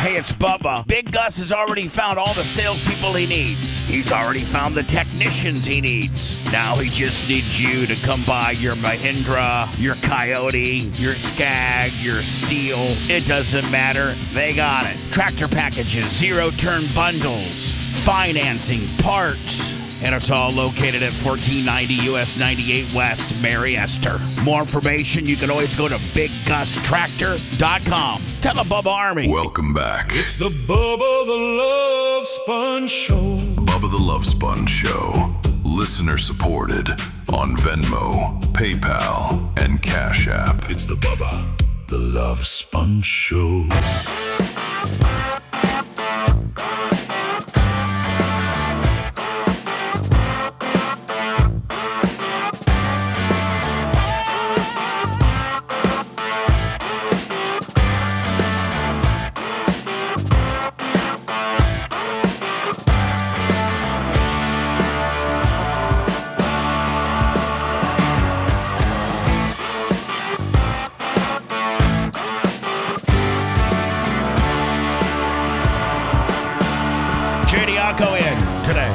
Tomorrow, Gene Lasker. Thursday, Dan and probably Jay. Yeah. And then Friday, Gene Lasker. There you go. That's how we're working it all out. Thank you, Brian. Thank you, babyface. Appreciate you. Here is the woman who is trying to make... I don't know if these content providers are just trying to be stupid and trying to create a war, like a racial tension, if you will, with the during the hot mic segment or during the commercial break. For those that are watching us digitally and streaming us, you saw like a 2-minute video of some AutoZone workers, all of which in Ohio happen to be white, and now the African American community is calling for their firing because some guy, which I don't even know if it was if I think it might have been a fake put on like a Jamaican type. Yeah, that's what he does. Yeah, and so he puts on this fake overly black Jamaican accent and tries to act like he's not from America. And he demanded that he get a new battery while turning in an alternator. And the guy's like, this has nothing to do because his music won't work anymore. And finally, the AutoZone workers are like, get the out of here. And he just was, and he was absolutely trying to screw with them. And I think this girl is doing the same thing. Being, using the race card to potentially call out an auto shop that won't rotate her brakes. Well, that would be like a woman walking in and said, my husband says I need a new muffler bearing and some windshield some turn signal fluid. Man, it's that dumb. So my dad actually did that to my mom one time. There was a place in Warsaw called Schrader's. It was the Napa franchise, and it was called Schrader's. And my dad needed like some brake cleaner and like a new set of pads for their Impala. And he goes, while you're up there, Jane, ask for a muffler bearing for a 72 Impala and some turn signal fluid. So my mom goes up there and she gets the brake pads and she gets like whatever else he needed. And she asked for turn signal fluid and a muffler bearing. And the guy at the counter goes, you know what, ma'am, we just don't have those in stock today. And so my mom goes back to my dad, and my dad's thinking that, she's like, well, Doug, listen, you're going to have to go up there on another day and get those things because they didn't have them in stock. So, it's like almost this woman knows that you can't rotate the brakes, but maybe she doesn't, but she wants to be very racial about it. Y'all, I'm so hot and aggravated right now. I'm up here trying to get my damn brakes rotated. This lady talking about they only rotate tires. Ma'am, the brakes are a part of the tires. She talking about, no, it's a separate service. I say, okay, well, how much is it to rotate the tire? She's talking about $250. Two what? That's high as hell. For you to tell me that the brakes aren't included when the brakes are built into the tire. Like, I'm confused. Is this our new generation? Or is this like, am I getting bamboozled here, Lummy, of some woman that's trying to be overly stupid, so indeed somebody like me actually plays it and is disgusted by your stupidity? Like, or does she genuinely believe what she says? I think someone told her to go get your brakes rotated. Kind of like Doug told Janie Cakes to get the turn signal fluid. Yes. So her husband, whoever that person may be, told her to go up, man, while you're getting your tires rotated, tell me what your brakes. Yep. And she's full hot on the deal. No, ma'am. That's a separate service. We just replace the brakes. I don't need the brakes replaced. I might have misconstrued this, and this woman doesn't play the race card. I just found this incredibly stupid, and it has nothing to do with white or black, or I don't think she blames the car dealership because they're white or black or what have you. So I may have made a mistake in that. I think this I think I set this one aside to play just based on the stupidity. I can't believe people are that stupid. So to this woman's credit, I don't think that she's trying to be a race baiter. Now, the next one, absolutely. And the one before that with the alternator, absolutely. This one is just stupid. Because they not bad. They just squeaking a little bit. I just need to take the ones that's on the front and move them to the back along with the tires. She talking about, no, ma'am, you don't even have the same brakes on the front and the back. Which you don't. Right. She probably has drum brakes on the back, calipers on the front. So somebody done already messed my car up because I got two different type of brakes on my car. The front brakes is not even the same as the back brakes. So somebody already done read. Like, I'm over here. And honestly, Lemmy, she's kind of cute. Like, she's kind of cute. A lot of white women would pay a lot of money to have really full lips like that. Like, I mean, she's got some beautiful features. She's just dumb as a box of rocks, if indeed this is what she really truly believes. Now, if this is a rib, I get it. It's funny. It's funny. Put my life on the line even driving this car right now. Somebody finna do something. So I said, well, I just need all my brakes changed in at this point because clearly this is dangerous. All right. So, again, I was completely wrong when I thought that might be somebody trying to be race bait. So I apologize for that. This, Miss Lee, a congresswoman from I don't know where, this is just straight-ass wrong. Having all white male doctors is just as bad for the medical profession as having all white male congressmen is to our government. Let me just say, I have a black doctor and I sought my black doctor out. In fact, black doctors are in high demand because black patients know that culturally competent care can be the difference between care and cure or life and death. So now are you saying that a doctor like Dr. Dan and the hundreds of thousands of great men and women that are doctors that have gone to medical school, they take what they say is the what's it called, the something oath, the Hippocratic oath, which means they will do to the best of their ability to try to cure or save or fix that person they're working on. That is absolutely the creed of what the fiber of what a doctor is, the Hippocratic Oath. Much like Jay, you know, and the privileged conversations you have with your client, you know, take an oath. One of the most sacred things for an attorney is attorney-client privilege. For sure. That is, and you're an officer of the court. Yep. And you have attorney-client privilege. I'm bound by duties of confidentiality, and I have an oath that I've taken that I must abide by. And doctors are the same. They have an oath. Yep. And I don't know of a doctor right now that's black, that's white, that's man, that's woman, that's Latino, that's Asian, that wouldn't just, like Dan would come unglued on this right now. Because it's insulting every doctor that is absolutely potentially a healthcare hero, and the amount of lives. You don't understand regular doctors, whether you're an eye doctor or you're a plastic surgeon or you're a general surgeon, or you have to do residency, you know, for Jay, 4 to 6 years? It depends on the specialty, but yes. And you have to, you know, you're working in emergency rooms. In Dan's case, he worked in New Orleans where they'd get 3 or 4 or 5 gunshots a night Right. And these doctors, these young doctors who have to do the residency first, they are the reason why they put these guys in the emergency room is because they're young and they're aggressive and they're not lazy and have, stuck on their ways, and they're trying to prove themselves. And you know how they prove themselves? By saving people. Yep. And that's every one of them. And the ones that don't do that get quickly weeded out. The hospital will throw you out, and if you've been thrown out of a residency, good luck on, becoming a real locked-in doctor if you get thrown out of residency. So, it kind of, the medical profession kind of writes itself, and it all starts and stops with the men and women that work in the emergency rooms during the residency. They try everything. They don't care about what color you are. Nope. They don't care about what color they are. They have taken this oath to save you. And for you to try to circumvent that system and for you to make being a doctor and those that are accredited to be a doctor a racial quota thing is disgusting. I wish one of your colleagues would call you out. Black patients know that culturally competent care can be the difference between care and cure or life and death. That's just what it is. Republicans cry DEI and say it's unfair. They say we should only rely on so-called objective standards for medical competence.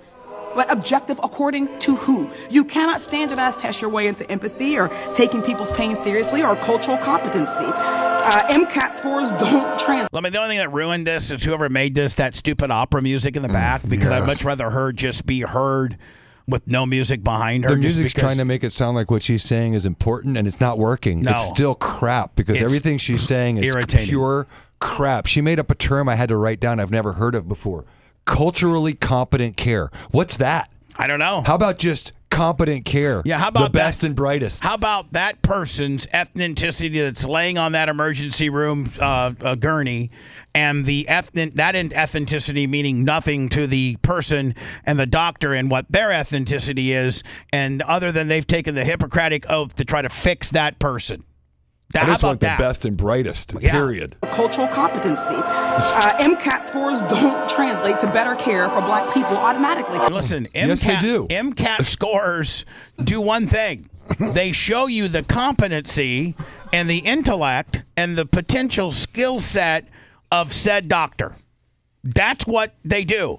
Just like any test you have to take in any profession, you have to pass or fail. If a lawyer doesn't pass the bar, he can't be a lawyer.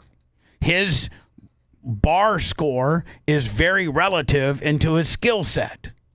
And MCAT scores, which is I think the medical board equivalent to the bar for lawyers, as to whether you are it's getting into law school. You're getting into med school. But the thing is there's a wide range. And there's people that score off the Richter scale on these tests that don't turn out to be great lawyers, and there's people that just barely eke by that turn out to be great lawyers. So we're not saying you have to set records. You have to meet the minimum. That's why would we lower the minimum for anybody? Period. For any profession, the minimum requirement should be the same for everybody, regardless of race, religion, or creed. Doctor, especially lawyer, when it comes plumber, to electrician, brake technician. I don't care. Yeah, I mean, continuing right along in our own backyard, and this is now a white and black situation. Whereas, here's the deal: it doesn't when they are serving a search warrant on your place, and they know that you're there. And I don't know if they had intel that this guy, and I don't know what this guy was wanted for. And I don't know if he has the propensity to have, why the Bradenton Police Department want this guy within his warrant situation, if it had anything to do with, a weapon, or he's had a weapon violation before, or, whatever.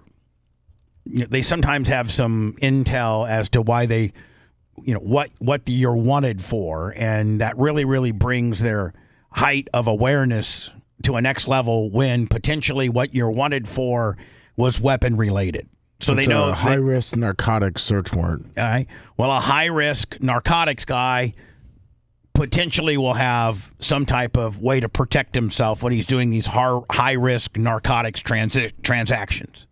So they go to this apartment 303 in Bradenton. Now, this just happened on, I think he was cleared, the officer was cleared just 4 days ago. Yeah. July 17th. This happened in March. The Florida Department of Law Enforcement and State Attorney's Office concluded that the Officer Reepe's use of deadly force was legally justified. Bell's family, backed by the local NAACP, disputes the findings and maintains that he did not point a gun at officers, and they continue to seek further accountability. So here's what you're going to see.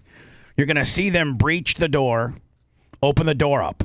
They then get intel that he's in the bedroom, the guy that is the subject of the police warrant. They then break the window of the bedroom, and they can see the guy, and they tell him to lay face down on the ground while having their SWAT-issued assault rifles through the now broken window.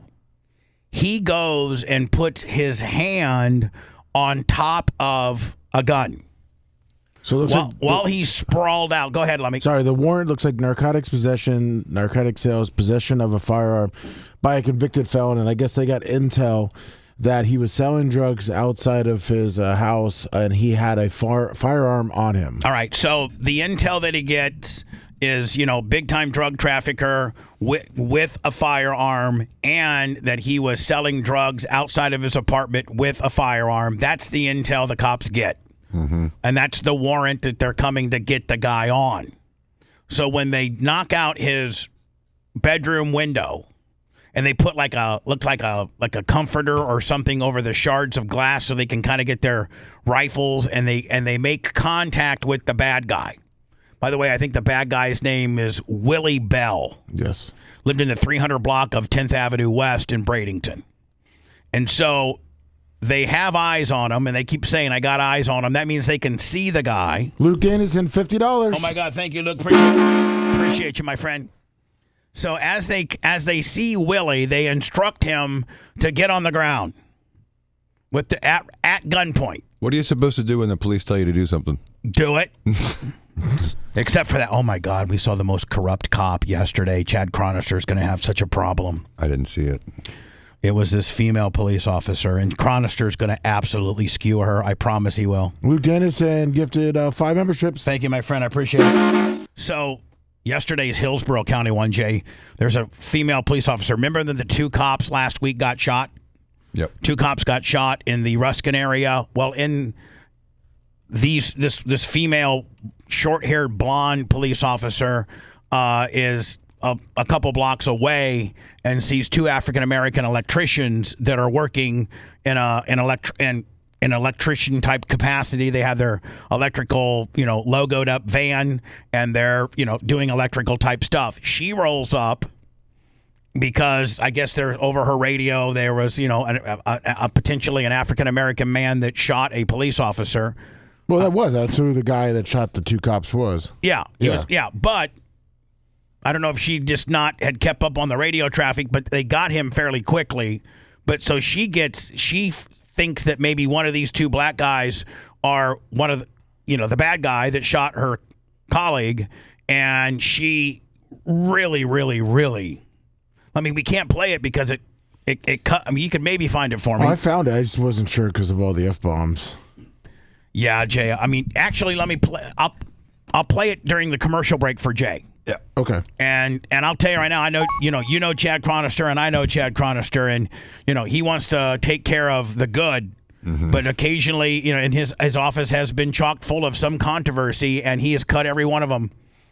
He's loose, so he's not going to put up with nonsense. I'll play this, Jay, during the stop set, and you'll see just how wrong this woman truly was to this African American guy. So if you're a drug dealer and they got a warrant for your arrest, and you have been selling drugs outside your front door with a firearm, and the cops come to get you, and when they break out your bedroom window and you're laying on the ground, they tell you to get on the ground. You get on the ground, but while you're getting on the ground, you put your hand over and the cops see it. You put your hand over a handgun. you put your hand on top of a handgun. Or just hold it. It's probably not the best thing. No. Yeah, I mean, you don't listen.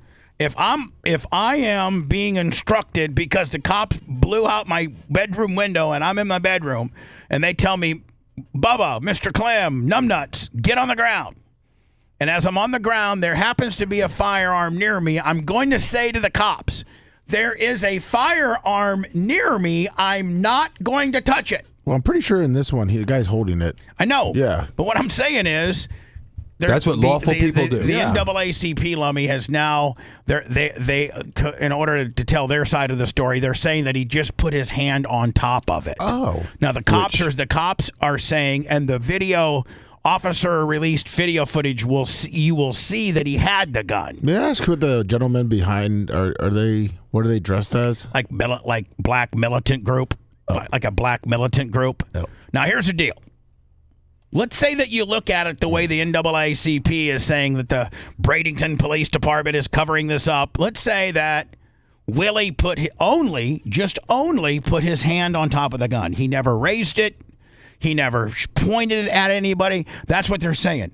Even putting your hand on top of a gun when you're a known bad guy is gonna get you smoked. Bubba, the NAACP statement said he did not point the gun at the officers.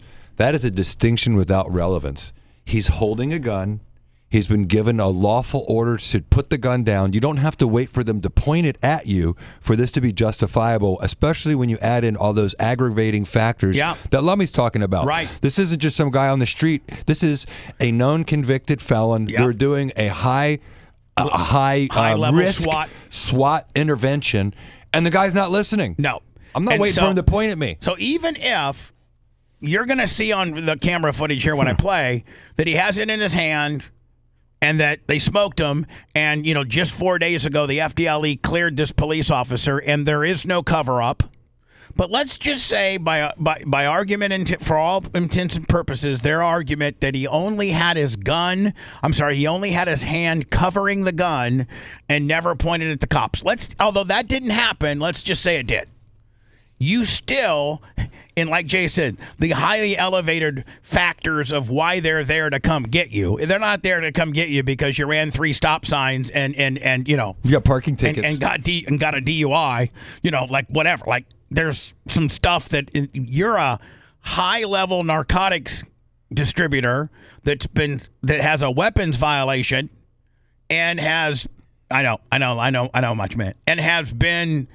There's a warrant for your arrest based on having weapons, and most recently the community is reporting that you're selling drugs with a handgun outside of your apartment.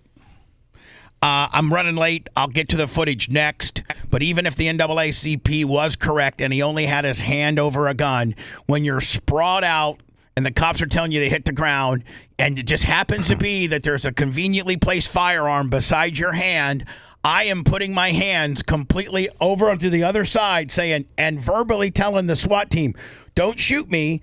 There is a handgun right next to me. I am not moving. I'm not moving. Please send somebody in here to secure this gun. I am not moving. I'm not moving. And I'm not putting my hand on that gun. Please don't shoot me. I'll get to the footage next.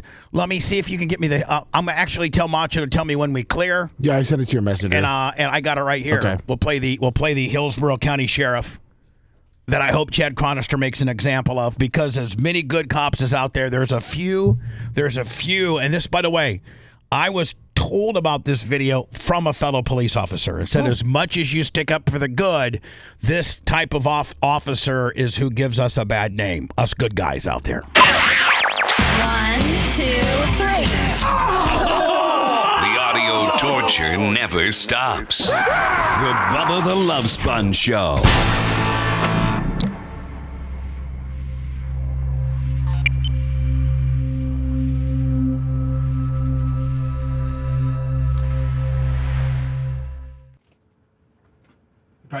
Price of TT.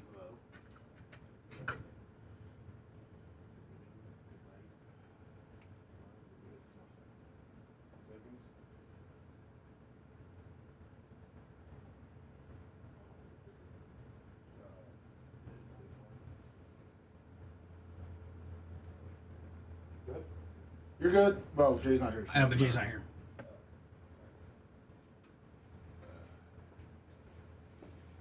Jay's just gotta get back here. Right, because this is 3 minutes. Yeah.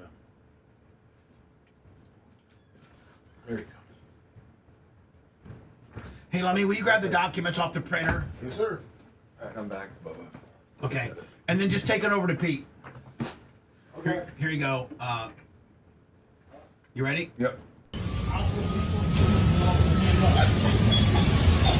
right, I got it. You don't move. All right. I'm just working, ma'am. That's it.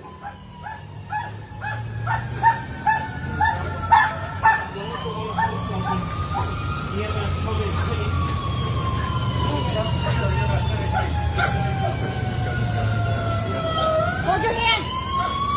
Hold your hands. I'm not On your back. on my back. On your stomach. On my stomach? Yes. We just here working, ma'am. That's it. I only have tools on me. Right here. Turn around. Which way? This way. Just secure them for now. I got you.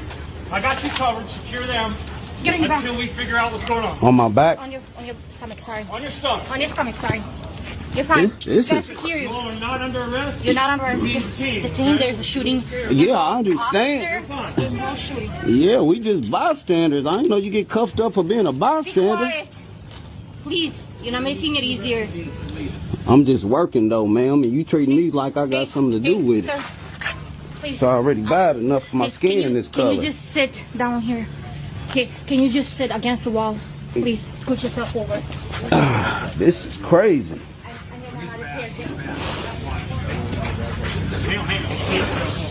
Hey, sit still. She told me to scoot over there. That's fine. Yeah. What y'all want me to do? No, sit against the Ah, okay. Y'all confused and y'all look scared like y'all don't know who y'all want to shoot, dang. I'm just working.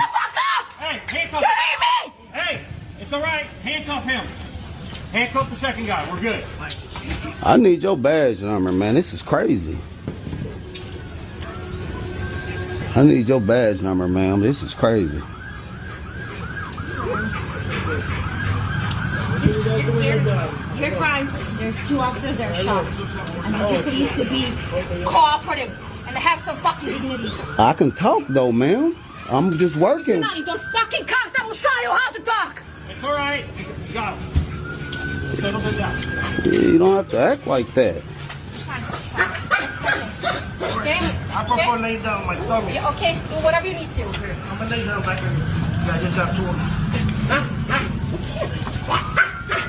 Hey, I need at least one more up to the van from the K9. I need to go watch these two other people we have up here for now.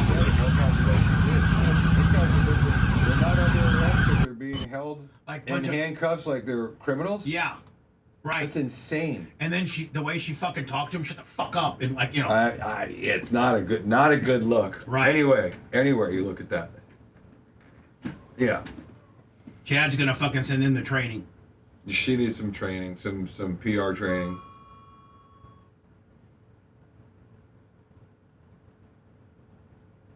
If she just said to the guys, we just had an officer shooting right over there. Sit up against the wall, please. Let me pat him down. And she just gives him a quick pat down so that he's Sit not right there, guys. Right.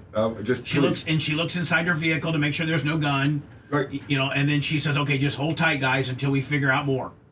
That's because the bad guy was at the scene.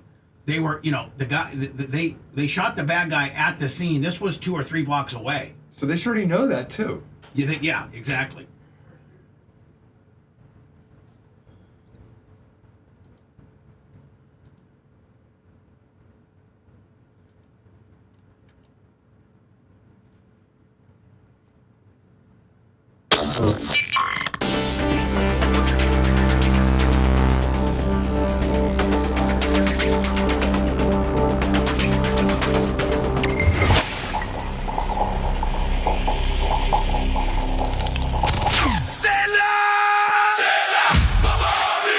Harley-Davidson in Homosassa has the hottest deals this summer. Tell a Bubba Army and get a free helmet with any new motorcycle purchase. Wear any Bubba Army gear when you're at the store and score an extra surprise HD swag bag Monday through Friday. Take a test ride and grab a free summer swag bag loaded with mystery items, hats, t-shirts, koozies, challenge coins, and more. Or jump into the payment swap event. Trade your car, truck, boat, RV, or anything with a payment and ride home on a Harley. Stop by Crystal Harley-Davidson today. Your next adventure is waiting. You can always check him out online at crystalharley.com. Good morning, everybody, and welcome to the Bubba the Love Sponge Show. Yeah, here we go. It's the Bubba the Love Sponge Show. It's the Bubba the Love Sponge Show. Bubba the Love Sponge Show.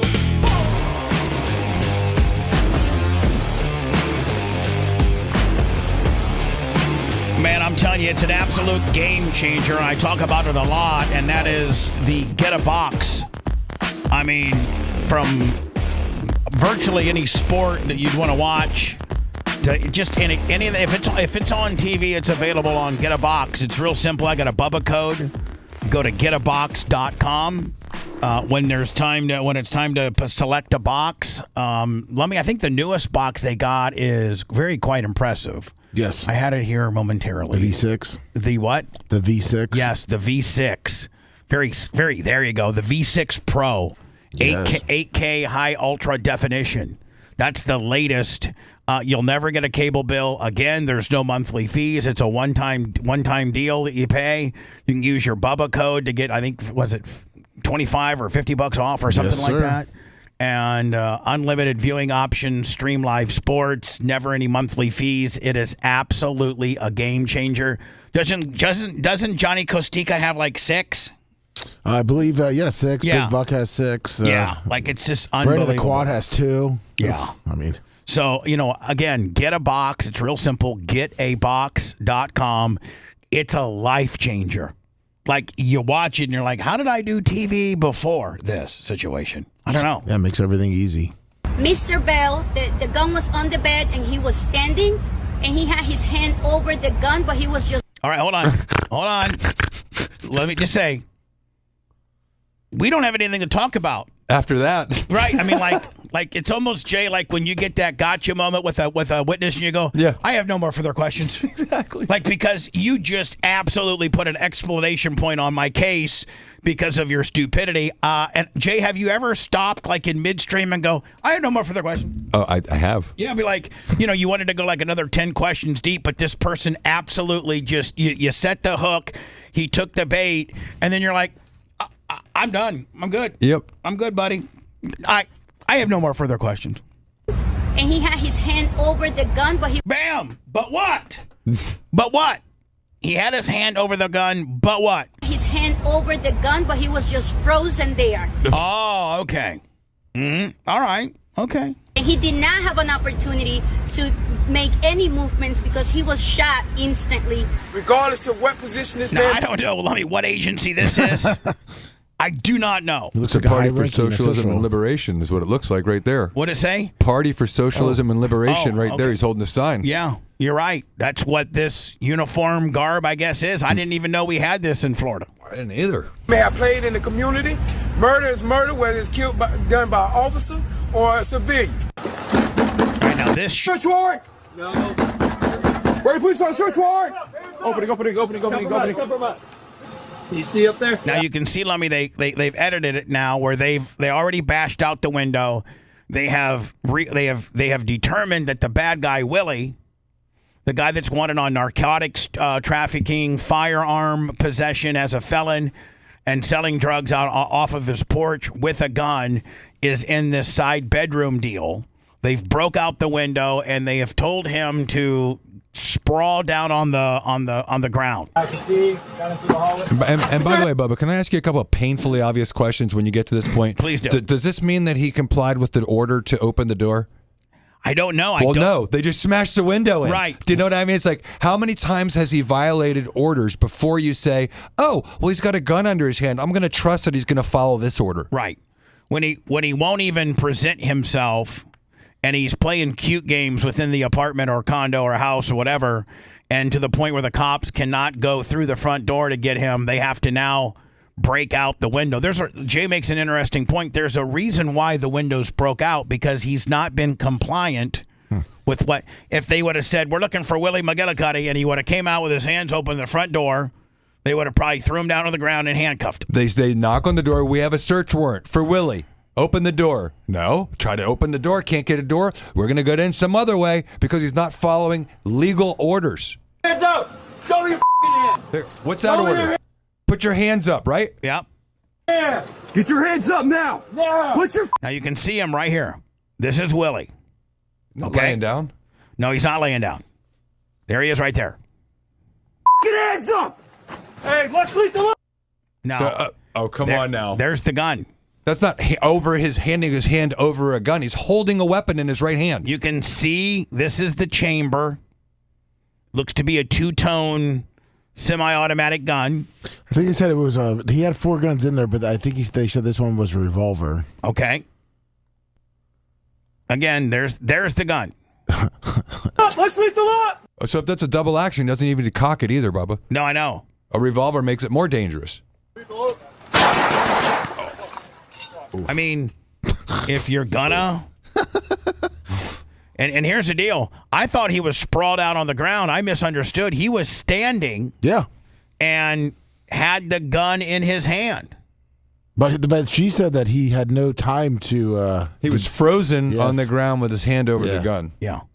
Well, listen, only an idiot is going to even try to grab a gun when you got, 15 people knocking your front door down. With semi-automatic weapons and bulletproof vests and helmets and, military garb. Let me just go this for the Yeah! morning. Get your hands up now! Now! Put your hands up! By the way, never put his hands up.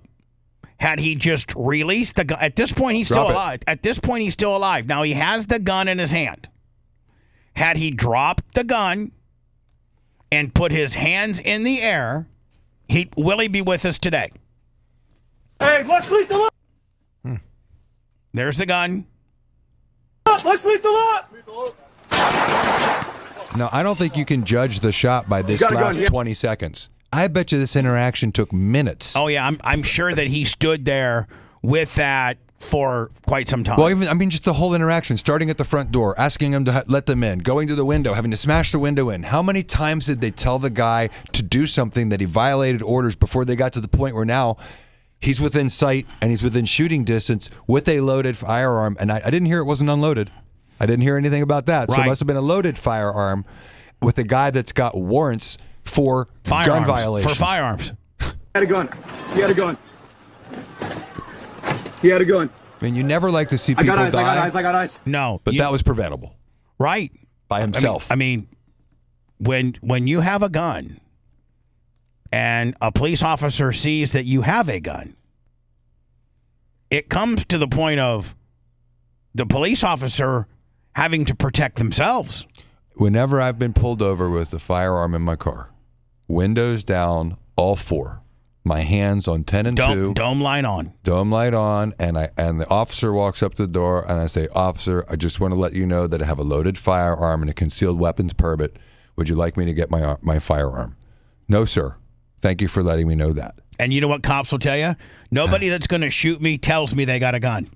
That's like I'm really good friends with a lot of police officers, and they're like, listen, that's the thing to do. That's what you do. And I go, well, why don't at that point, why don't you make them like I'll take it a step further, Jay. And my mantra MO is, officer, I have a 9mm or a 40 whatever I have to be carrying in my tactical bag here to the right. Would you like me to step out of the vehicle and you secure the weapon? What would you like me to do, sir? Mm-hmm. And they're like, nope, no big deal. Just give me your license, your registration, and your proof of insurance, and we're good. That's exactly right. You're good. You're good. And then later on, I've asked police officers, well, why didn't they make? They're like, because somebody that's going to shoot me isn't going to tell me they got a gun. Right. A bad guy that has the mentality to shoot a cop is hiding his gun. He's sitting on it, or he's got it tucked between the seats, or some way, shape, or form, and he's going to surprise me with it and try to kill me.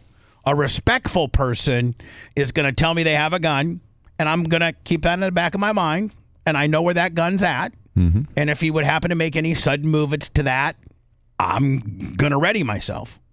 But that's, and they appreciate it so much. They really do. They're so thankful about it. They're like, thank you so much. I appreciate that, bud. More often than not, because you've given them the respect of that, they'll give you the respect and oftentimes let you go. 80 to 90% when you do that, first of all, you've pulled over in a secure area. You've not, apologize all over yourself. Right. And then when they come up to you and say, do you know why I pull you over? Put them on here. If you go, no, I don't know. Now they're on offense, and their mentality changes. If you say to a police officer, yeah, I know how you pulled me over. I was speeding. I don't quite know how fast I was going, but I know I was over the speed limit. I wasn't paying attention, and I don't have any stupid excuses. I had it happen to me 4 months ago, and the cop tested me because it was 8:45. And I said, he goes, you know how fast you're going? I'm like, I don't. I'm so late. My wife's going to kill me. My daughter's at the mall. And he said, and this is after I told him about the gun. Right. And then he said, how old's your daughter? Real quick. And I said, 14. And he said, okay. Slow down, buddy. Gave it back. Slow down. You got enough time to make it there. Slow down. Yep. But if you tell them what you're doing in a kind of a general sense of why they pulled you over and you acknowledge, yep. I said, I don't know how fast I'm going. I just know I'm late and my wife's going to kill me. Yeah. That's what I said to him. Yeah, well, then that doesn't put him on offense now, having to tell you what you did. That kind of disarms him, for lack of a better term, and you got a really good chance of getting out of it. I got eyes. You're good. You're good. I got eyes. You're good, Jay. And again, these police officers, they're beside themselves. This is the worst thing that a cop could have to go through. You know what? Police officers don't want to shoot you. No one wants a clean shot. And if they have to shoot you, it is very much a tragic thing for them that they live with for the rest of their lives. The rest of their lives. It's one of the cruelest things that you can do to two people. One, the guy that does, or person that doesn't comply and has lost their life. Now you've destroyed that family. And then the man or woman cop that had to take that shot legally has been cleared by the FDLE and all agencies. But what does it do to that person? What does it do to him? What does it do to her? What does it do to their family?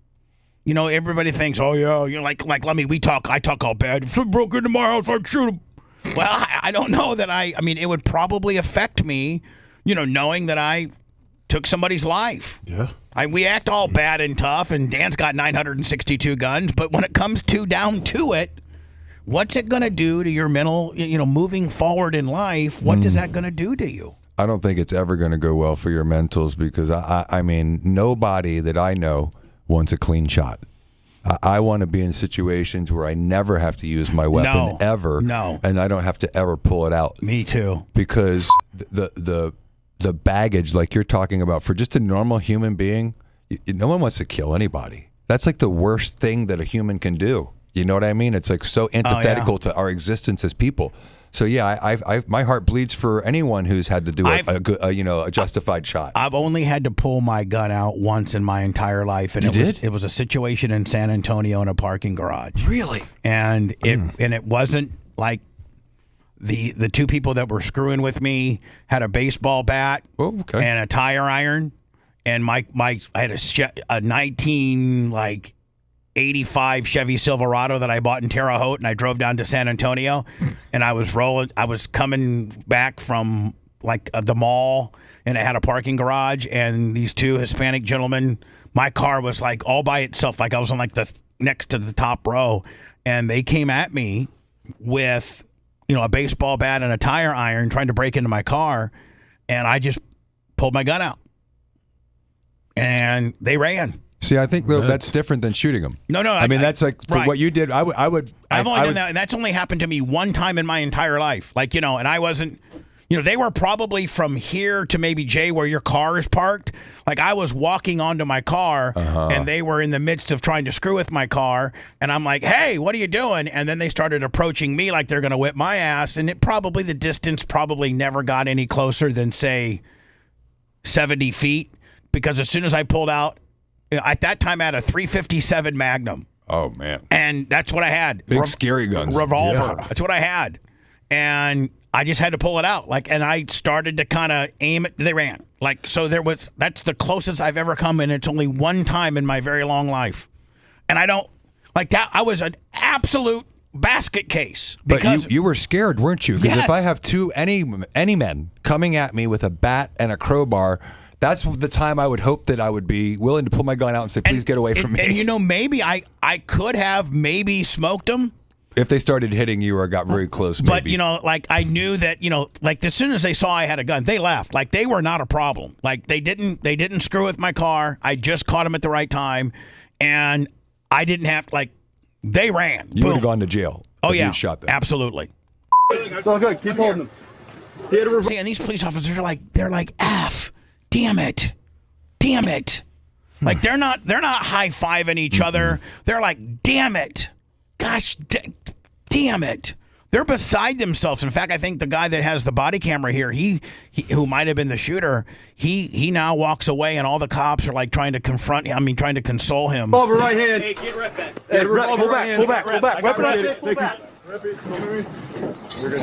See, the guy's like, you're good, bud. And like, you know, he's upset. He's upset. And you know what? And that cop's life just changed forever. Yeah. Yep. He now has this on his conscience for the rest of his life, even though it was 100% justified. He now has that on his tab for the rest of his life. Hey, I got him. Hey, chill. Yep. No, he had a gun. He was planning on it. Chill. I had to, man. You're good. This poor guy.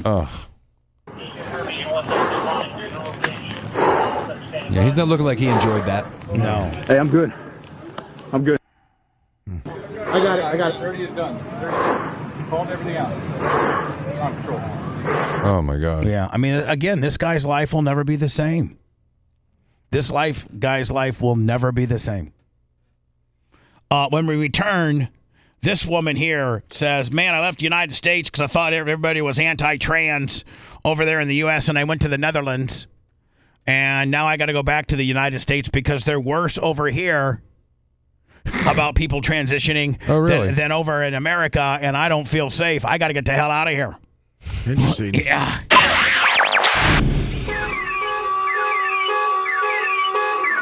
He's calling shenanigans on the D. The Bubba the Love Sponge Show returns after these words.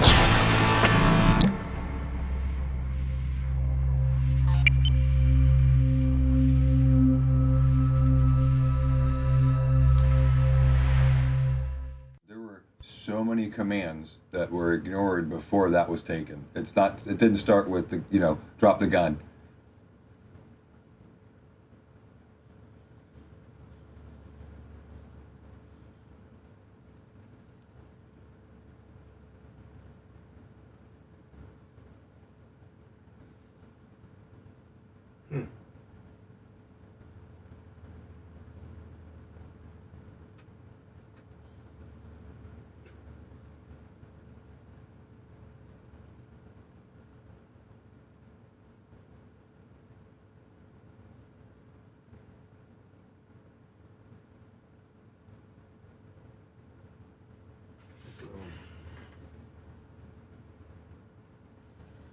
Ned's his herbs. That's why we don't do anything on Craigslist in my house.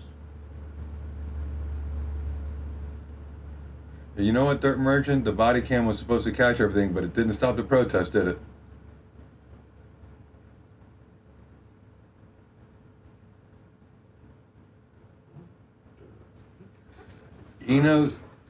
Slick Ryan, my thought on concealed weapons permit. Just because I have a constitutional right to carry, I still kept my concealed weapons permit active out of respect for the officers, so that they realize that I'm not just some guy exercising my constitutional right, but I'm someone who's actually proven my ability to utilize a firearm safely and abide by certain rules. So yeah, they're not necessary, but they help. I think if I just told a cop I got a loaded gun under my seat, they're not going to treat me the same as if I say I've got a loaded gun under my seat and I'm a concealed weapons permit holder. Brown. Just different. Get those thumbs up for Jay. Can do it. If you have one, you might as well renew it slick, Ryan, because I did the same thing. I let it sit for a few months, and then I was like, you know what? Well, I'm not going to go through the whole thing again. Because you never know when they'll change it. Yeah.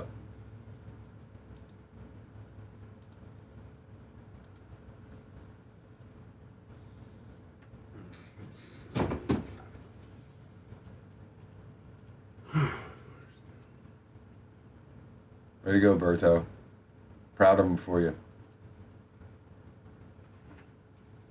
Malio's has got great food.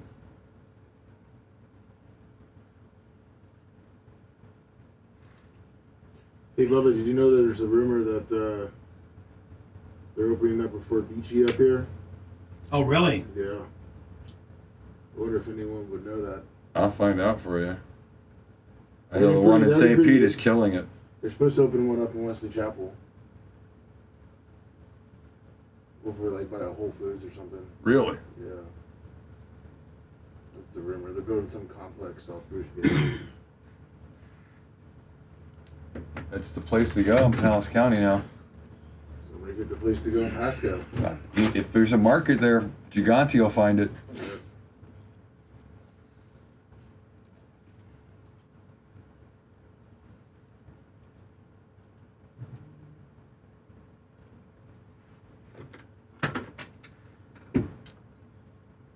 I don't know, Bubba, do you have any affiliation with any other ranges or classes like you used to? No. For people to get concealed weapons permits? No, I don't. What's the one over by Rob Elder's over by Fowler? Is it Shoot Straight? Shoot Straight? Shooter's World. Shooter's World. Shooter's Yes, World. yes. Yeah, they definitely have classes at Shooter's World, and I know that's a good place.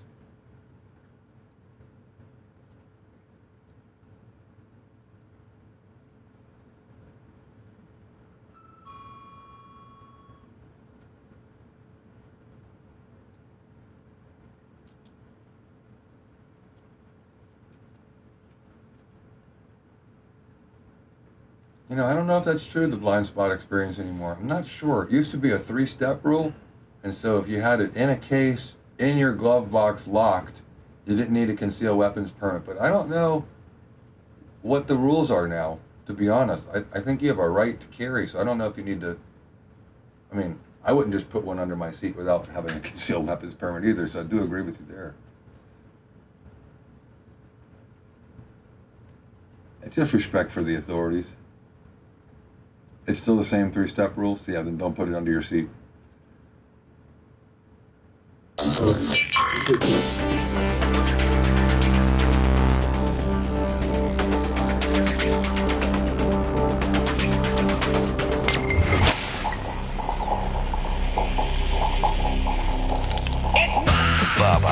It's the Bubba the Love Sponge Show.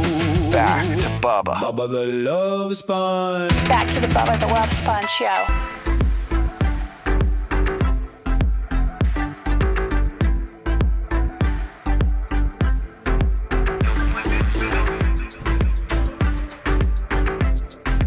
Filming another episode of Deadly Intentions with my boy Pete today. I think we're getting into Pete. I think we're actually getting into Pete's background. Oh, nice.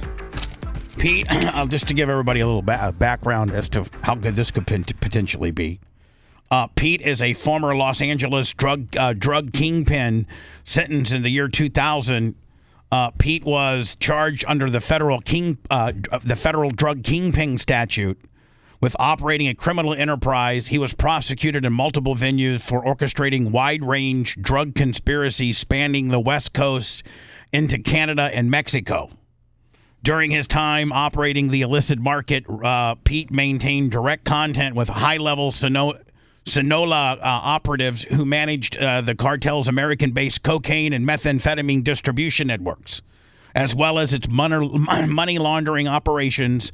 Beyond these connections, he also did extensive business with Chinese and Israeli trafficking syndicates operating all through Los Angeles. He served 25 years in federal prison. However, his access to high-level cartel operatives didn't end behind bars. It actually deepened. So we're going to get into Pete's background. 25 years in federal prison. I could never last a year. I'm so soft. 25 years in federal prison. Wow. Here is some Karen transitioning man. And he felt as if America is not cool or is not accepting the transitional lifestyle. Let me tell you something. If you want to transition, that's on you. You do what you do what you need to do to make yourself feel better about yourself. But we should have some rules with regards to that. One, you got to be an adult. And, two, you can't make society change our rules for your internal feeling about yourself. Meaning, use the use the bathroom that aligns with your God-given genitalia. Period. And there's probably some transitioning men out there that don't think they have to use the girls' bathroom. And I've often heard people that are transitioning like, well, I don't want to use the boys' bathroom because I'm going to get beat up.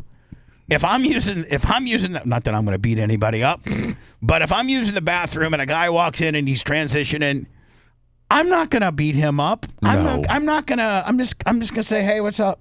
I'm going to be respectful and address that person as if I would any person. And I'm actually going to somewhat be appreciative that they're not trying to whack out and be all woke and think that they need to be in the girls' bathroom. I find it admirable that you can live your life while you're transitioning, trying to be because you feel as if you're a woman inside, but you have a penis, and that could be more awkward over there than over here, meaning in the girls' bathroom compared to here. And if I had a daughter, I appreciate the fact that you're not going to be over there. Yes. Subjecting my daughter or my wife or my significant other to this, and that I'm more equipped to handle this than they are. Are you talking about that Maine? Yeah, the Maine guy that said Ashley Webb. Yeah, that said I don't have a problem with using the boys' bathroom, and I was like, hallelujah! Like that's I actually respect this person, Ashley Webb. Transgender Maine Democrat Ashley Webb. I don't want to hurt anybody. I just want to use the bathroom. If they want me to use the men's room, I will. But I don't want to be assaulted.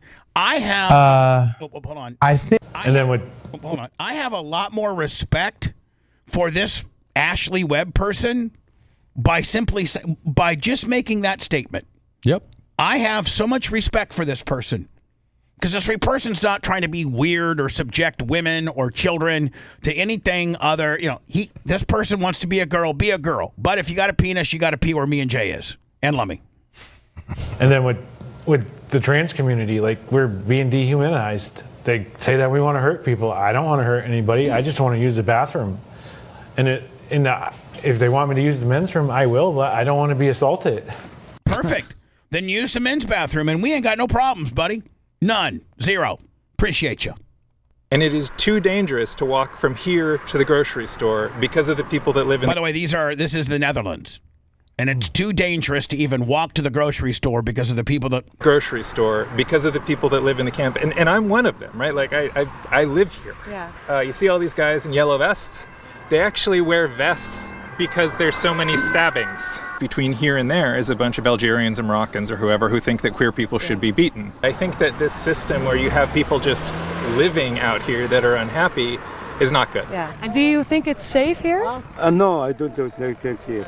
Oh, it's scary. It's legitimately scary. That's the Netherlands? Yeah. What? It looks like the farms of Plant City. But it's the Netherlands, and these Moroccans and some of these people, these immigrants, will beat the absolute crap out of you, more so than Americans. Decided that my mental health is degrading so substantially being here that I just need to get out. And the situation that I have in the U.S. as a trans person, not good, right? But here, I will be hurt or killed. By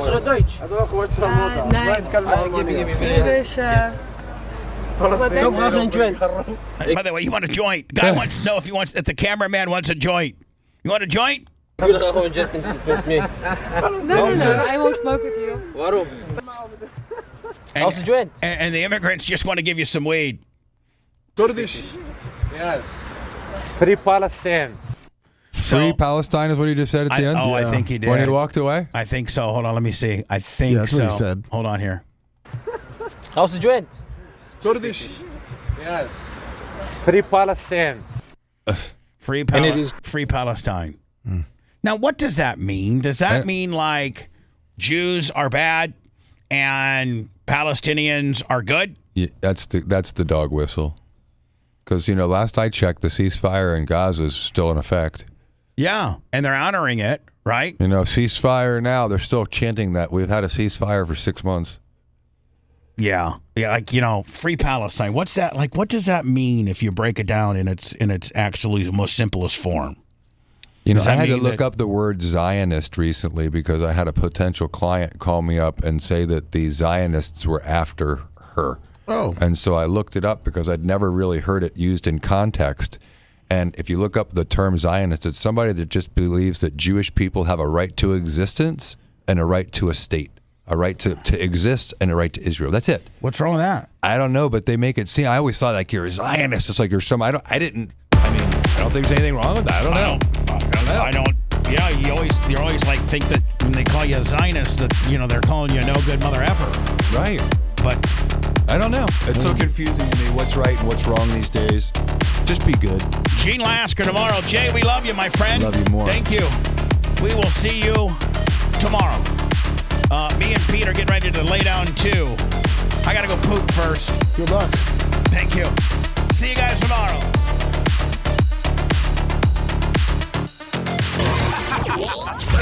Thanks for letting me finish. You've been listening to the Bubba the Love Sponge Show, starring me, Bubba the Love Sponge, co-host and show historian, Lummit. It's Brian Matroni, king of counter program. Gene Lasker, voice of the people.